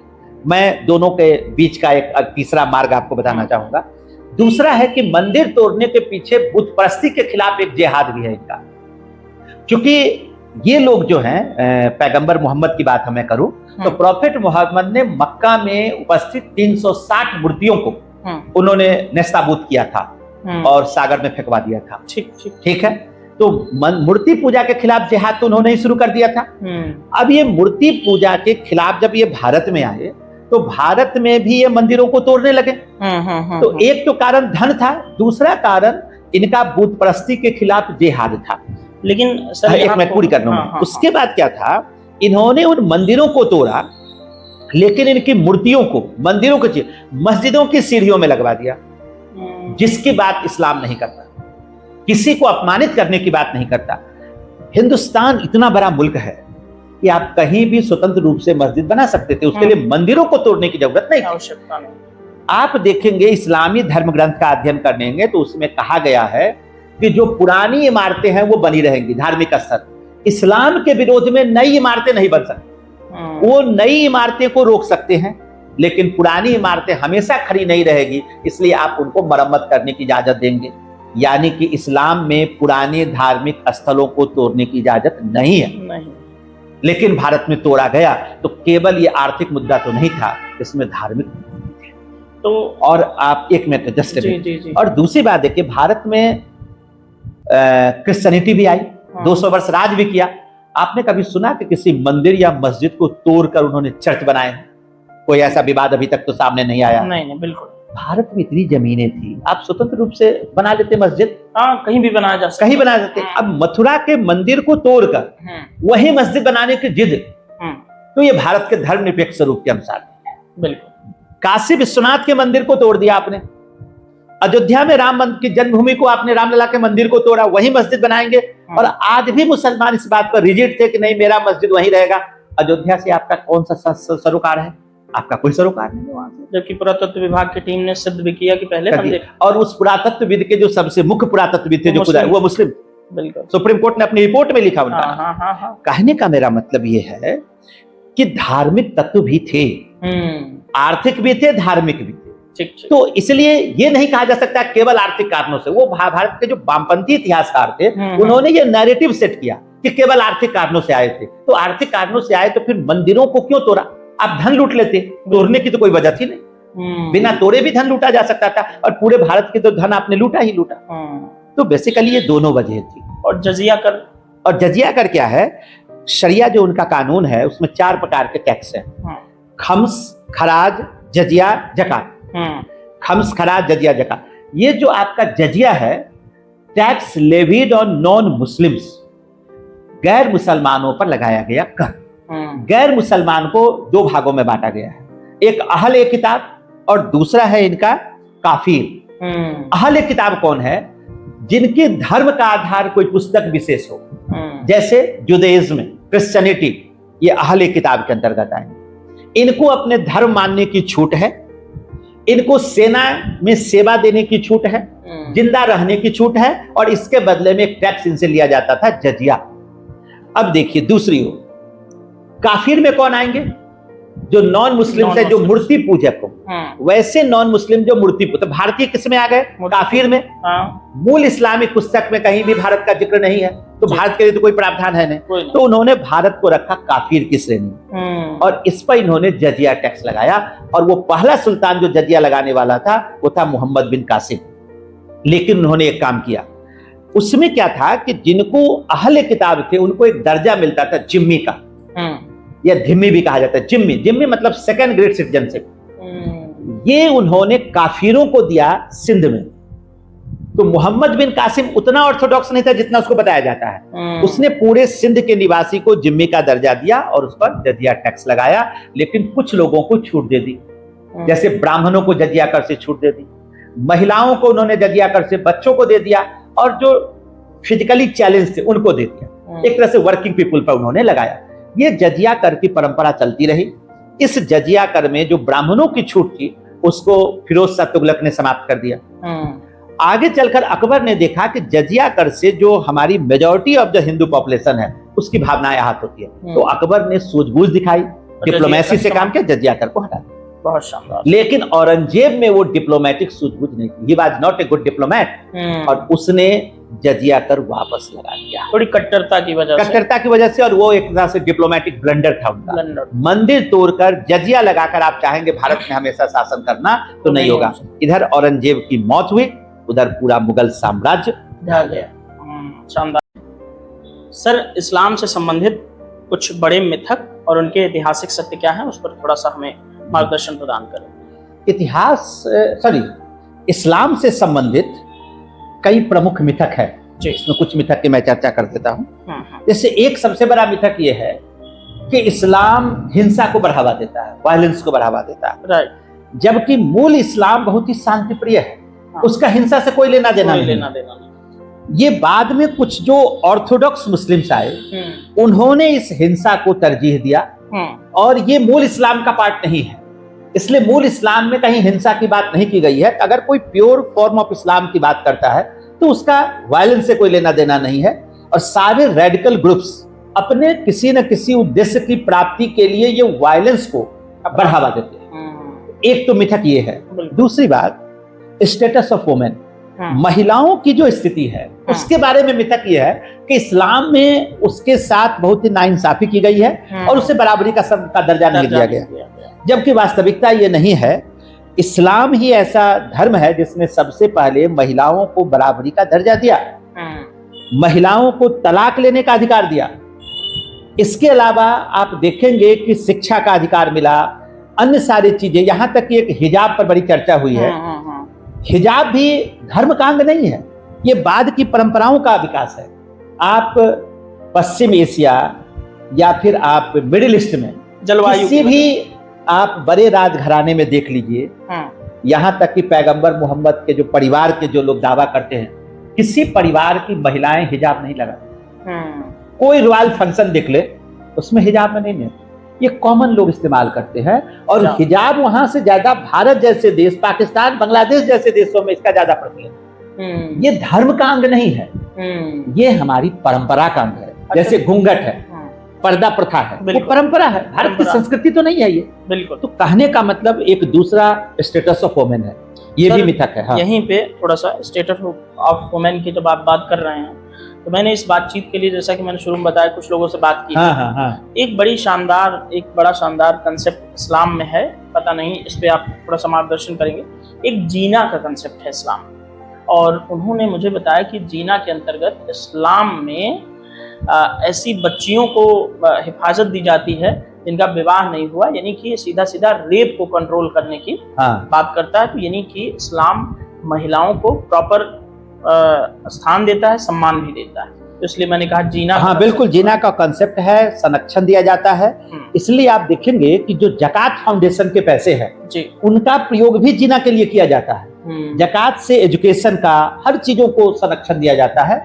और इस्लाम में जो कई लोगों से विवाह करने की जो परंपरा विकसित हुई, वो भी एक प्रकार से महिलाओं को संरक्षण प्रदान करने के लिए ही दिया गया, ताकि वे महिलाएं जो बेवा हो चुकी है, असहाय है, जिनको कोई सहारा देने के लिए नहीं है, तो आप विवाह देकर एक तो सामाजिक स्थिति उनकी बेहतर कर सकते हैं, सामाजिक सम्मान दिला दें, और उनको एक समाज में सम्मानित स्थान दिलाने के लिए इस प्रकार की परंपराएं विकसित की है। तो ये भी एक बात है कि स्टेटस ऑफ वुमेन, उनका जो मिथक है वो सही नहीं है, वास्तव में उनकी स्थिति बहुत अच्छी है। इस्लाम प्रॉपर इज्जत देता है महिलाओं को। और भारत में भी आप देखेंगे कि जो राजघराने की जितनी राजकुमारियां थी, महिलाएं थी, वे सब वेल एजुकेटेड थी, वेल ट्रेंड थी। औरंगजेब जैसे कट्टर शासक की पुत्रियां भी पढ़ी लिखी थी। एक जेबू निसा उनकी पुत्री थी जो अच्छी लिखावट के लिए जानी जाती थी।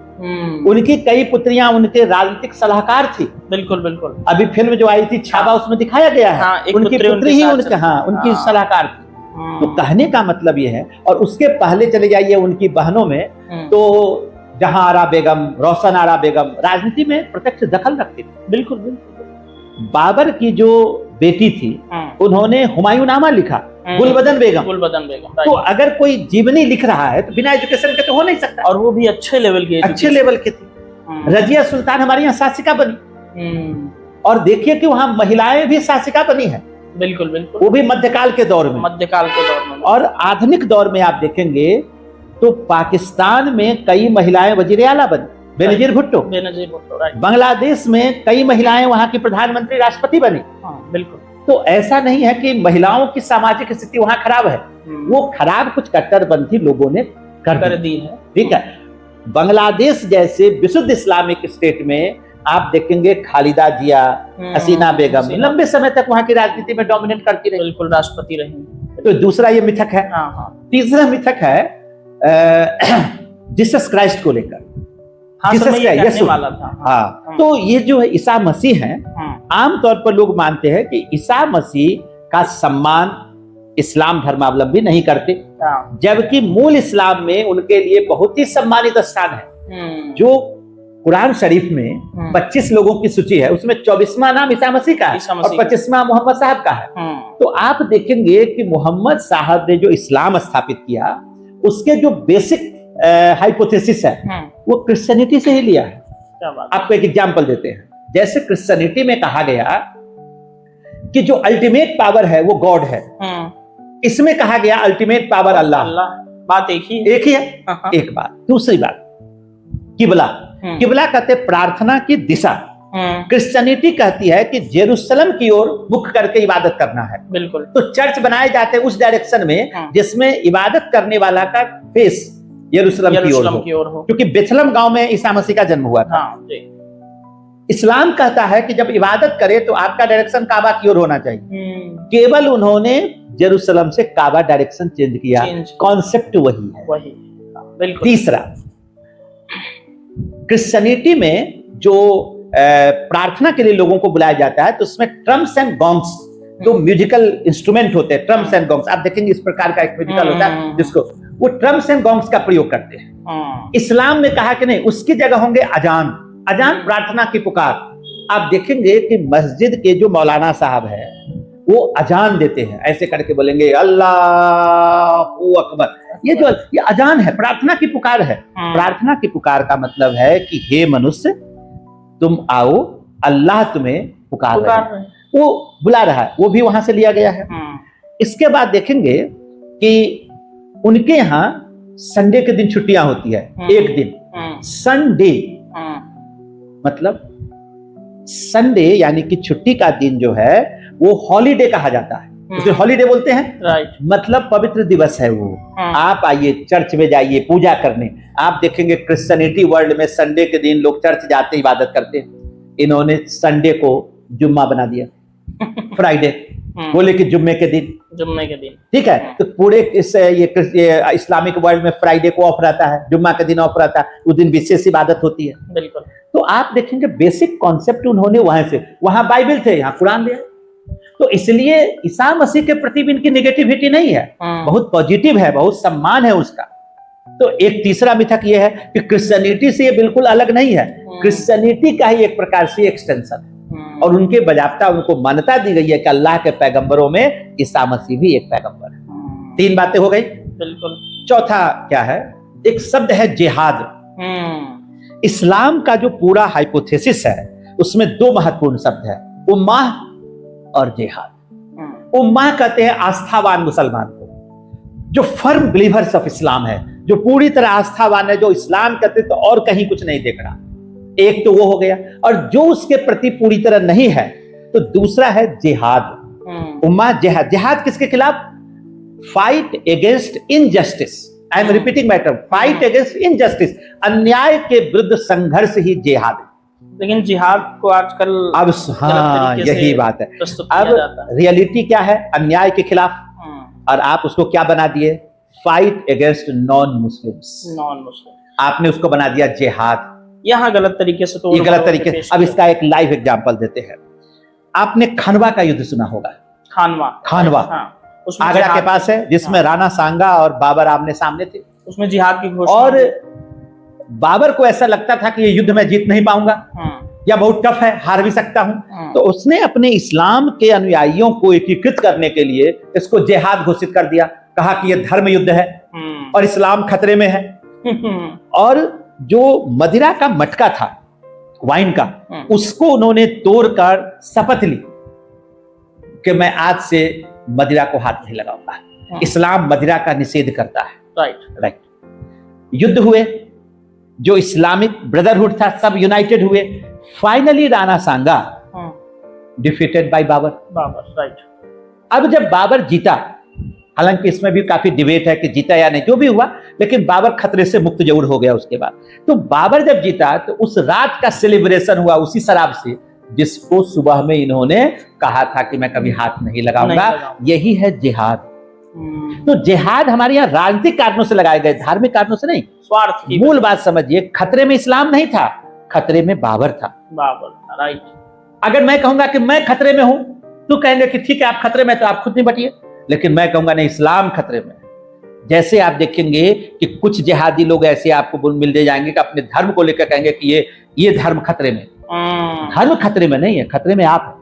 धर्म कोई खतरे में, धर्म को कोई मिटा थोड़ी सकता है। सही बात। तो बेसिकली ये जिहाद, तो जिहाद का सही अर्थ नहीं है। जैसे आप देखेंगे, अगर मान लीजिए राजा राम मोहन राय ने सती प्रथा के खिलाफ एक तरह से बड़ा अभियान छेड़ा था, उसको हम लिख सकते हैं कि राजा राम मोहन राय ने सती प्रथा के खिलाफ जिहाद छेड़ दिया। बिल्कुल। अब यहाँ कोई युद्ध तो हो नहीं रहा, ये आइडियोलॉजिकल वार है, फाइट अगेंस्ट इनजस्टिस है। ईश्वर चंद्र विद्यासागर ने विधवा पुनर्विवाह के पक्ष में जिहाद छेड़ दिया। ऐसे सब है।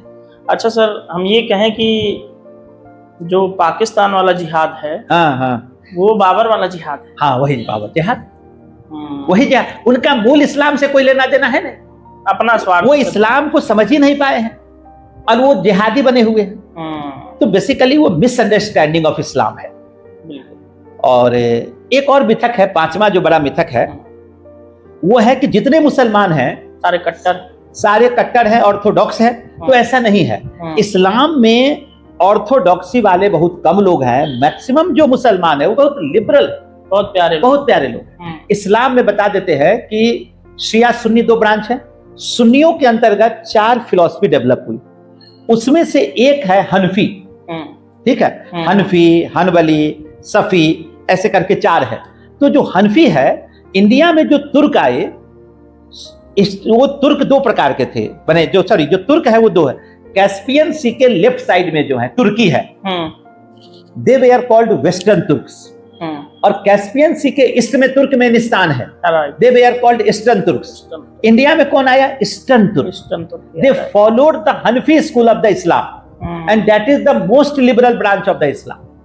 ये हनफी स्कूल के आए जो सबसे उदारवादी है। तो भारत में जो मुसलमान आए वो सबसे उदारवादी मुसलमान थे। अगर आप इन मुसलमानों की तुलना कर ले तालिबानियों से, ISIS से, अन्य क्षेत्र से, तो पता चलेगा कि भारत के मुसलमान विश्व के सबसे उदारवादी मुसलमानों से है। इसलिए हमारे यहाँ ये कहा जाता है कि ये ऑर्थोडॉक्स होते नहीं, मेजॉरिटी ऑफ द मुस्लिम्स हैं वो बहुत लिबरल है। और हम लोग भी सर देखते हैं जनरल लाइफ में, अपना दोस्ती यारी में भी। हाँ, आपके भी बहुत सारे, हमारे बहुत सारे मित्र दोस्त हैं, और मेरे इवन कि मेरे खुद भी हैं, और मैं पॉडकास्ट में भी कई लोगों को बुला चुका हूँ। हाँ, उसमें भी बहुत सारे मुस्लिम हैं। जिनको आपने बुलाया उसमें कई सारे हमारे अच्छे मित्र हैं। आपके अच्छे मित्र हैं, और बड़ी शानदार बातें, आशिकाना अंदाज। भारत में आप देखिएगा जो सामान्य हमारा जीवन है उसमें कहीं कोई कट्टरता है नहीं। राइट। और एक लास्ट पॉइंट हम बता दें कि ये भी हम मानते हैं कि जितने मुसलमान हैं सब मूलतः अरबी है। अरबी नहीं है। पूरे विश्व में केवल 20% मुस्लिम ही अरबी है, 80% नॉन अरब्स है। राइट। टोटल वर्ल्ड में 190 करोड़ की आबादी है मुसलमानों की। ठीक है, उसमें से देखिए अगर हम भारत, पाकिस्तान, बांग्लादेश, इंडोनेशिया को मिला ले तो 90 करोड़ लोग तो यही हो गए। 190 में से 90 करोड़ तो यही हमारे एशिया पैसिफिक में है। तो बेसिकली ये सारे अरब्स नहीं है। और एक बात और हम बता दें कि मुसलमानों का अगर ब्रॉडर विश्लेषण करें तो उसमें 2 भाग हैं। एक को कहते हैं खानजादा, दूसरे को शेखजादा। अब एक बड़ा अच्छा विश्लेषण है, मैं आपको बताता हूं। खानजादा होते हैं ट्रेडिशनल मुस्लिम्स जो हैं, रूलिंग क्लास, जो इंडिया में इन्वेडर्स थे, they are known as Khanzada. इस खानजादा है, इसको अशरफ कहते हैं। अशरफ मतलब अपर क्लास के मुस्लिम। तो ये अशरफ जो है लगभग भारत के टोटल पॉपुलेशन का 20% है। ठीक है, इसमें आ जाएंगे Sheikh, Syed, Khan, Pathan, Mongol, Mughals etcetera. और दूसरे हो गए शेख ज्यादा, कन्वर्टेड मुस्लिम्स। जैसे भारत में आए, उन्होंने कन्वर्ट किया, नव प्रवर्तित मुसलमान, इनको कहा जाता है शेख ज्यादा। तो जो शेख ज्यादा हैं, इन्होंने कन्वर्ट तो कर लिया, क्योंकि इस्लाम समानता की बात करता है, इक्वलिटी की बात करता है। ये इस उम्मीद में चले गए वहां इस्लाम में कि हमारे साथ समानता का व्यवहार होगा, लेकिन इनको बना दिया गया सेकंड ग्रेड सिटीजन। तो जिस उम्मीद से गए वो उम्मीद पूरा नहीं हुआ। तो भारत में खान ज्यादा और शेख ज्यादा दो डिवीजन है, 20% है खान ज्यादा, 80% है शेख ज्यादा। अच्छा, अब उस शेख ज्यादा के बारे में देखिए। अब इसको सोशली हम देखें तो लगभग वही 80% लोग पसमानदा मुसलमान कहलाते हैं। पसमानदा मुसलमान ये है जो socially, economically and politically backward Muslim. 80% Muslim है, केवल 20% है जिसको अशरफ कहते हैं, उच्च मुसलमान, जिसमें शेख, सैयद, पठान, मुगल ये आते हैं। क्या बात है सर, बहुत शानदार। और एक बात और बता दें जी, अभी IAS में भी क्वेश्चन आया था एक फिल्म्स का, कि जो सैयद है वो किस प्रकार की टोपी धारण करते हैं। तो आप देखिएगा, एक कुलाह शब्द है। कुलाह का मतलब होता है टोपी, कैप। कुलाह धारण, पॉइंटेड कैप, एक लंबी टोपी, वो जो करते हैं वो सैयद कहलाता। सैयद कौन है? मोहम्मद साहब के परिवार, उनका जो कुरैशी कबीला था, उस कबीले के जो लोग हैं, उनके परिवार के लोग हैं, उनको कहा जाता है सैयद। तो दिल्ली सल्तनत में आप देखेंगे एक सैयद डायनेस्टी भी था। ठीक है, वो कहते थे कि हम लोग उसी परिवार से संबंधित हैं। तो वो लोग पॉइंटेड कैप पते कुला धारण धारण करते थे। बहुत शानदार विश्लेषण सर इस पे आया आपका। सर अब थोड़ा सा इस्लाम की छवि जो सोशल मीडिया पर है, उसके बारे में बताइए। अच्छा, जब से ये सोशल मीडिया आया है, तब से मैं कहना ये चाहूंगा कि अब सोशल मीडिया पर मिथ कम होते हैं, रियलिटी कम होती है, रियलिटी कम होती है, मिथ ज्यादा होते हैं। सोशल मीडिया में वो नहीं बताया जाता जो सत्य होता है, वो बताया जाता है जो अधिक वायरल हो। तो ये ज्यादा से ज्यादा कंट्रोवर्शियल चीज कहकर उसको वायरल करने का प्रयास करते हैं। वे भी इस्लाम पर बोलते हैं जिन्होंने खुद कभी इस्लाम का अध्ययन नहीं किया।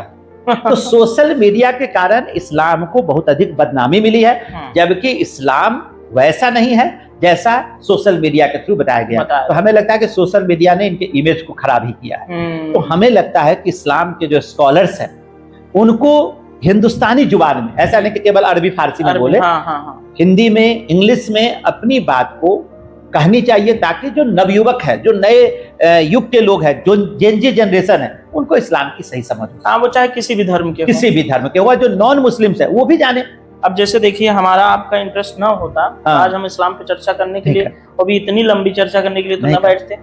बिल्कुल, आपने इतने अच्छे अच्छे प्रश्न हमसे पूछे और हमें जहां तक संभव हुआ मैंने सबका आपको एक्सप्लेनेशन। तो हमारी खुद की दिलचस्पी है कि हम उस देश में रह रहे हैं जिसकी एक बड़ी आबादी इस्लाम है। 20% हमारी आबादी, हमारे इर्द गिर्द, हमारे परिवार मित्रों में ढेर सारे मुस्लिम हैं। अच्छा सर, भारत के अंदर इस्लाम की समझ लोगों की कैसी है?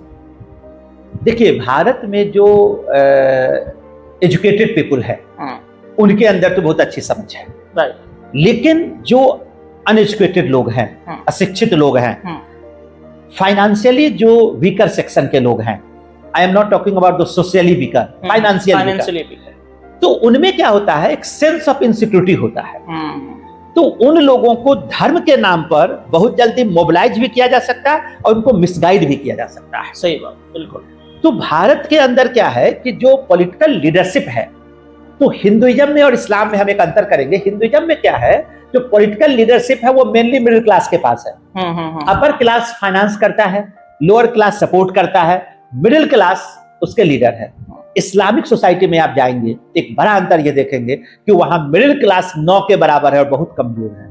अपर क्लास है और लोअर क्लास, तो सारा लीडरशिप अपर क्लास के पास है। तो अपर क्लास इस्लाम को जैसे चाहता है वैसे मैनिपुलेट करता है, और जो लोअर क्लास के लोग हैं, जो शैक्षणिक रूप से, सामाजिक रूप से, आर्थिक तौर पर पिछड़े हुए हैं, उनके पास और कोई विकल्प नहीं है कि उनको फॉलो करना। बहुत शानदार सर। तो इसी को चाहे एक दो एग्जाम्पल दे दे। आप देखिएगा इस्लामिक वर्ल्ड में, मतलब खासकर मैं भारत के जितने बड़े लीडर हैं इस्लाम के, सब वेल एजुकेटेड है, राइट, नहीं वेल रिच्ड है, सबके बच्चे विदेश में पढ़ रहे हैं, कैम्ब्रिज, ऑक्सफोर्ड और हार्वर्ड में पढ़ रहे हैं, और वो भारत के लोगों को कहते हैं कि आप मस्जिद जाइए, अल्ली बेटे की शिक्षा प्राप्त कीजिए, और उनके बच्चे ऑक्सफोर्ड हार्वर्ड में पढ़ रहे हैं। ये दोहरा चरित्र, ये दोहरा।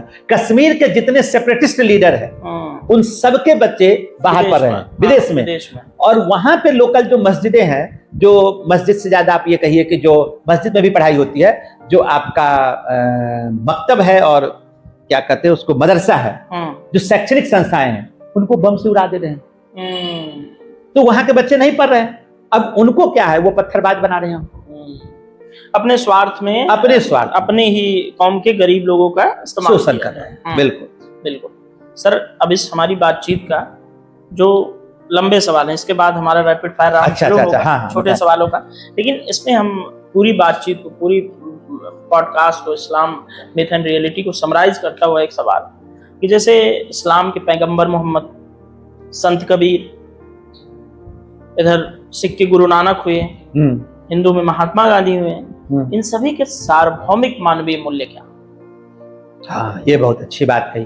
देखिए, जो प्रॉफेट मोहम्मद है, संत कबीर हैं, रैदास है, गुरु नानक है, महात्मा गांधी है, इनका जो बेसिक थ्रस्ट है, एक तो ट्रुथ पर है, सत्य पर, सत्य, कंपैशन, करुणा है, इक्वलिटी है, बिल्कुल, सर्विसेज है, सेवा करना, ठीक है।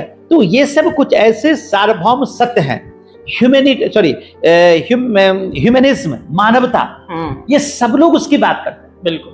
आप यदि मान लीजिए कि पहले एक अच्छे मानव नहीं है, तो एक अच्छे धर्मावलंबी कैसे बनेंगे? बिल्कुल सही बात। पहले तो हमें मानवता का भाव होना चाहिए, मानवीयता का भाव होना चाहिए।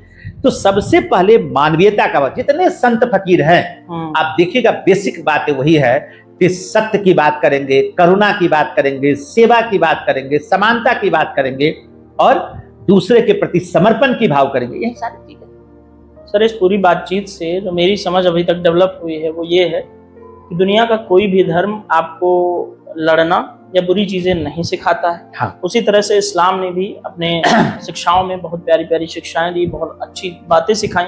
बहुत सारे जो इस्लाम धर्म को मानने वाले लोग जो अच्छे शिक्षित हैं, वो उनकी शिक्षाओं को ग्रहण किए।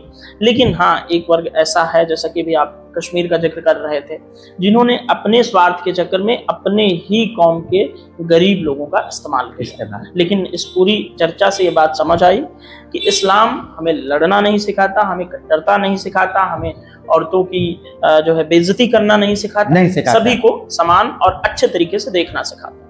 अब सर, इस बातचीत और इसमें एक बात और हम जोड़ दें कि अगर मुसलमानों की स्थिति, जो मेजॉरिटी ऑफ मुस्लिम्स है, उनको स्थिति को अच्छा करना है, तो दो चीजों पर ध्यान देना पड़ेगा।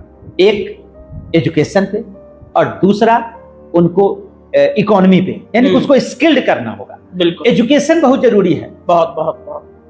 एजुकेशन इतना जरूरी है कि आपको एक एग्जांपल दे हम, चूंकि आप स्वयं बहुत विद्वान व्यक्ति है तो आप इस बात को समझेंगे।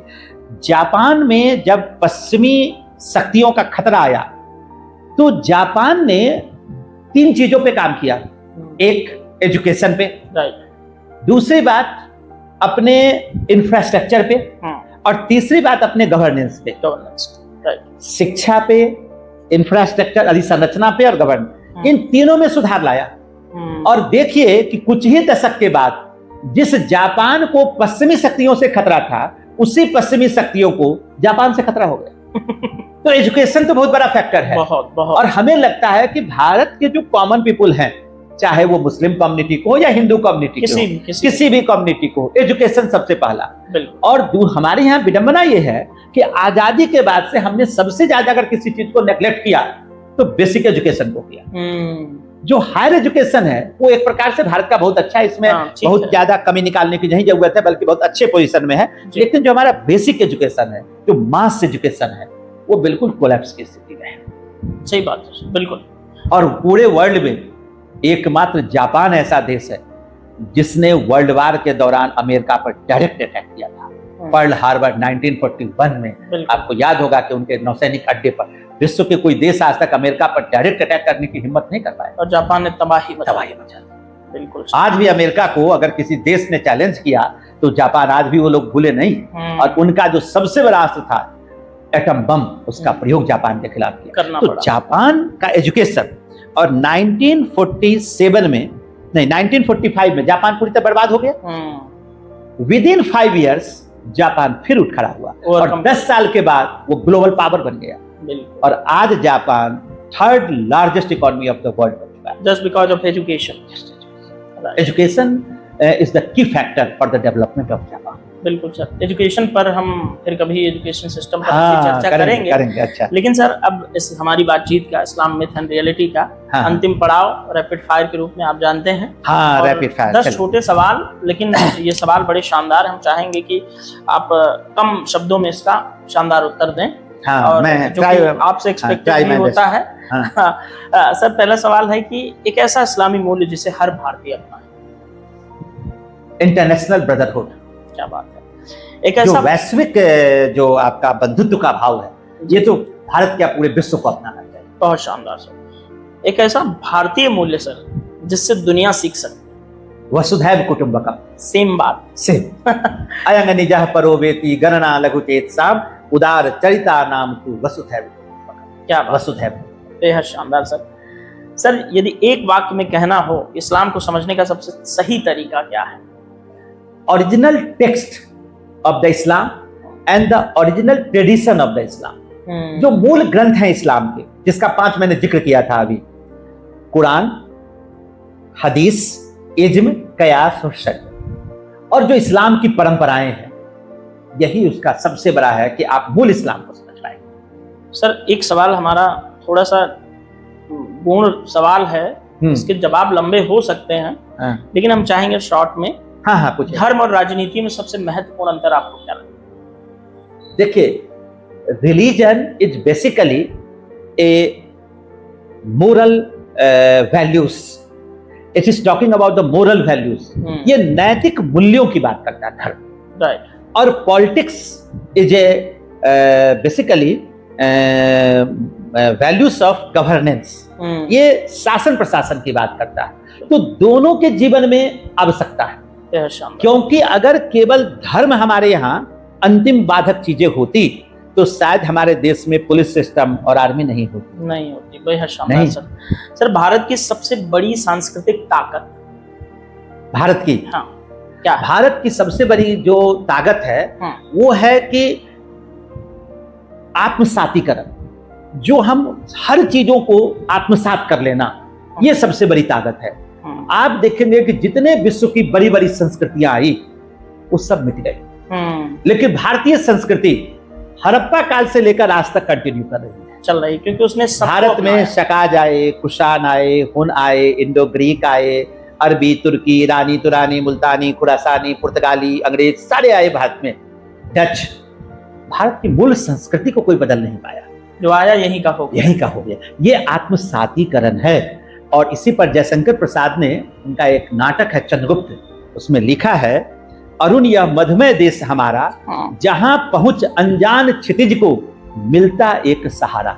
यहाँ अनजान लोगों को भी अब एडॉप्ट कर लेते हैं। बहुत शानदार। तो adaptation I think the most important thing of our society. बिल्कुल सर। आज के भारत में विभिन्न धर्मों के लोगों के बीच विश्वास बढ़ाने के लिए इतिहास से हम क्या सीख सकते हैं? इतिहास से ये हम सीख सकते हैं कि जैसे इतिहास में हम 2 एग्जाम्पल देते हैं, एक तो एम्परर अशोका और दूसरे बादशाह अकबर। इन लोगों ने विभिन्न धर्मों के बीच एक कोऑर्डिनेशन करने का काम किया, जो इबादत खाना का। हाँ, जैसे इबादत खाना है, ओपन डिस्कशन, उसमें सभी धर्म के लोग आए, ओपन डिस्कशन हुआ, और उससे हम एक कॉमन पॉइंट पर हम आते रुकते हैं, जिसकी घोषणा आगे मजरनामा में की जाती है। और अशोका में देखेंगे धम्म की अवधारणा। ये धम्म कोई धर्म की बात नहीं करता है, नो बिल्कुल। ये वेलफेयर स्टेट की बात करता है, ये मोरल वैल्यूज की बात करता है, ये इथिकल गवर्नेंस की बात करता है। तो ये धम्म और तौहीद इलाही। अच्छा, इसमें भी एक बात बता दे कि अक्सर है लोग उसको दीन इलाही कहते हैं, मूल शब्द है तौहीद इलाही। मोनोथेइज्म, एकेश्वरवाद की बात करता है। दीन का मतलब धर्म। वो 7-8 दशक के बाद इसका रूपांतरण हुआ दीन इलाही। तो बेसिकली अगर हम सबको एक साथ करें, एक डिबेट करें, एक दूसरे को समझें, तो हमें लगता है कि आपस में जो मिसअंडरस्टैंडिंग है इसको दूर करें, और केवल हम अपने धर्म का अध्ययन न करें दूसरे धर्म का भी अध्ययन करें और उसको समझने का प्रयास करें। जब आप हमारे वैल्यूज को समझेंगे, हम आपके वैल्यूज को समझेंगे, हमारे बीच मिसअंडरस्टैंडिंग ही नहीं रहेगी और मजा आ जाएगा। मजा आ जाएगा। बिल्कुल सर, सोशल मीडिया का दौर है, हाँ, तो इस दौर में धर्म से जुड़ी गलत सूचनाओं की पहचान कैसे की जा सकती है? इसका तो देखिए एकमात्र उपाय ये है कि जो प्रमाणिक स्रोत है उस प्रमाणिक स्रोत से ही आप इसको सही गलत का फैसला कर सकते हैं, क्योंकि सोशल मीडिया पर जो चीज दिया जा रहा है वो अनसेंसर्ड होता है और उस पर हमारे यहाँ कोई बहुत हार्ड एंड फास्ट रूल नहीं है, इसके कारण ये बच जा रहे हैं। तो सोशल मीडिया पर ध्यान न दें और तथ्यों की पड़ताल करें। बिल्कुल बिल्कुल। ओरिजिनल टेक्स्ट से, ट्रेडिशन से, विद्वानों से, इस्लाम के एक से एक विद्वान है उनसे बात करें तो आपको इस्लाम के बारे में पता चलेगा। सर, इस बातचीत से संबंधित एक चीज और जानना चाहेंगे एक विद्वान का मैं जिक्र करूंगा जो पहले केरल के गवर्नर थे और अभी बिहार के भी गवर्नर रहे हैं, क्या नाम था उनका, मैं भूल रहा हूँ। आरिफ मोहम्मद खान। आरिफ मोहम्मद खान साहब। आरिफ मोहम्मद खान साहब का कभी आप देखिए डिबेट, यूट्यूब पर उनके कई सारे वीडियोस हैं, देखिए इस्लाम की गुत्थियां कैसे खोलते हैं, कैसे बताते हैं और सिंपल भाषा में हिंदी और इंग्लिश में बताया है। एक कॉमन आदमी समझ सकता है कि क्या है इस्लाम। विद्वान व्यक्ति हैं। बिल्कुल। सर, मान लीजिए कि यदि भारतीय संस्कृति को एक शब्द में आपको परिभाषित करना हो तो कैसे? भारतीय संस्कृति को जी, तो भारतीय संस्कृति को हम यही कह सकते हैं, कंपोजिट कल्चर कह सकते हैं। एक प्रकार से ये समन्वित संस्कृति है। हमारी संस्कृति में एक्सेप्टेंस है, रिजेक्शन नहीं। हम किसी चीज को रिजेक्ट नहीं करते। आप देखेंगे कि विश्व का एकमात्र जो धर्म है या राष्ट्र है वो हिंदुस्तान है, जिसने सब कुछ अडॉप्ट कर लिया। आप इस्लाम के अंतर्गत जाएंगे तो वहां देखेंगे कि एक जो सेक्ट है वो दूसरे सेक्ट को, उसको फिरका कहते हैं, एक सेक्ट दूसरे को काफिर कहता है। एक पाकिस्तानी शायर है, उनका एक नज्म है, मैं भी काफिर तू भी काफिर। उसमें उन्होंने एक शेर कहा है कि इस्लाम के हर फिरके ने हमें काफिर लिखा, इस्लाम के हर फिरके ने हमें काफिर लिखा, एक यही एक दर्द है जिसने हमें मुसलमान कहा। दर्द का मतलब यहां पर यह था कि एक भारत ही ऐसा देश है जिसमें सारे मुसलमानों को, इस्लाम धर्मावलंबियों को मुसलमान कहा गया। क्या बात है। आप अगर जाएंगे भारत में देखिएगा तो भारत में बरेलवी भी मुसलमान है, ये देवबंदी भी मुसलमान है, अहमदिया भी मुसलमान है और सारे सेक्ट को हम केवल मुसलमान करते हैं। पाकिस्तान में ऐसा नहीं है। वहां जब जाएंगे और मान लीजिए अहमदिया के फिलॉसफी से वो अगर नहीं है तो कानूनन उसको घोषित करेंगे कि Ahmadiyya sect is a non Islamic sect. बेहद शानदार सर। अब इस बातचीत का सर एक आखिरी सवाल आपसे जुड़ा हुआ। हाँ, धार्मिक सहिष्णुता के संदर्भ में आपका पारिवारिक माहौल कैसा है? अब जैसे मेरा जो पारिवारिक माहौल है, मेरे पिता ब्यूरोक्रेट रहे हैं तो हमारे यहाँ लोगों का आना जाना मैंने बचपन से देखा, लोग आए गए। तो कभी मेरे पिताजी ने, मेरे पापा ने कभी ये नहीं पूछा होगा मेरे मित्रों के बारे में कि उनका धर्म क्या है, उनकी जाति क्या है, क्षेत्र क्या है, भाषा क्या है। तो हम लोग बहुत ही सेकुलर माहौल में पले बढ़े। फिर हमारी शिक्षा दीक्षा दिल्ली विश्वविद्यालय से हुई, यहाँ कोई ऐसा माहौल नहीं था जी। और आज की तारीख में भी आप देखेंगे कि मेरे परिवार में जो बच्चे हैं, मेरी बेटिया दिल्ली यूनिवर्सिटी से पढ़ रही है, मेरा बेटा DTU से पढ़ रहा है, इनके मित्र मंडलियों में भी अच्छी खासी संख्या मुसलमानों की। मेरे स्वयं के बड़े अच्छे मित्रों में से मुसलमान हैं। तो हमारे घर में भी कभी कोई ऐसा नहीं रहा, बल्कि ईद के मौके पर अक्सर हम अपने मित्र के यहाँ जाते रहे और होली पर अपने मुस्लिम मित्रों को मैं अपने घर बुलाता रहा। एक लंबी परंपरा चली आ रही है। तो किसी भी प्रकार से ऐसी कोई डिवीजन या कोई परिवार में ऐसा कुछ नहीं रहा, बल्कि यही कारण है कि इस्लाम के प्रति जो इतनी दिलचस्पी आई, बिल्कुल तो इसी वजह से आई। माहौल डिसाइड करता है। एक कंपोजिट कल्चर मैं अपने घर में भी इस चीज को देखता हूँ। और सेम हियर सर, आपके परिवार में भी मैंने, हमारे साथ भी ऐसा ही है। और जैसा कि आप भी जानते हैं, बहुत सारे मुस्लिम गुरु और मित्र सब हैं और शानदार मुलाकात होती है और भाईचारा बना रहता है। बिल्कुल सर, इस बातचीत के लिए पहले तो आपका हृदय से धन्यवाद।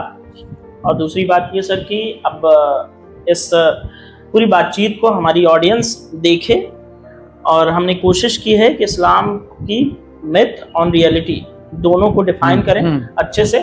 और नलिन सर ने बड़ा मुझे खुश कर दिया जब इस्लाम की पवित्र किताब कुरान पाक को लेकर के आए। इसमें क्या है कि जब ऐसी किताबें मिलती हैं तो सामने वाले गेस्ट की इज्जत मेरी नज़र में और बढ़ जाती है कि आप नॉन मुस्लिम होते हुए ये किताब पढ़ रहे हैं। बहुत सारे लोगों के लिए तो बड़ा अजीब चीज़ है, बट हमारे लिए ये एक बौद्धिक स्तर को शो करने वाली बात है।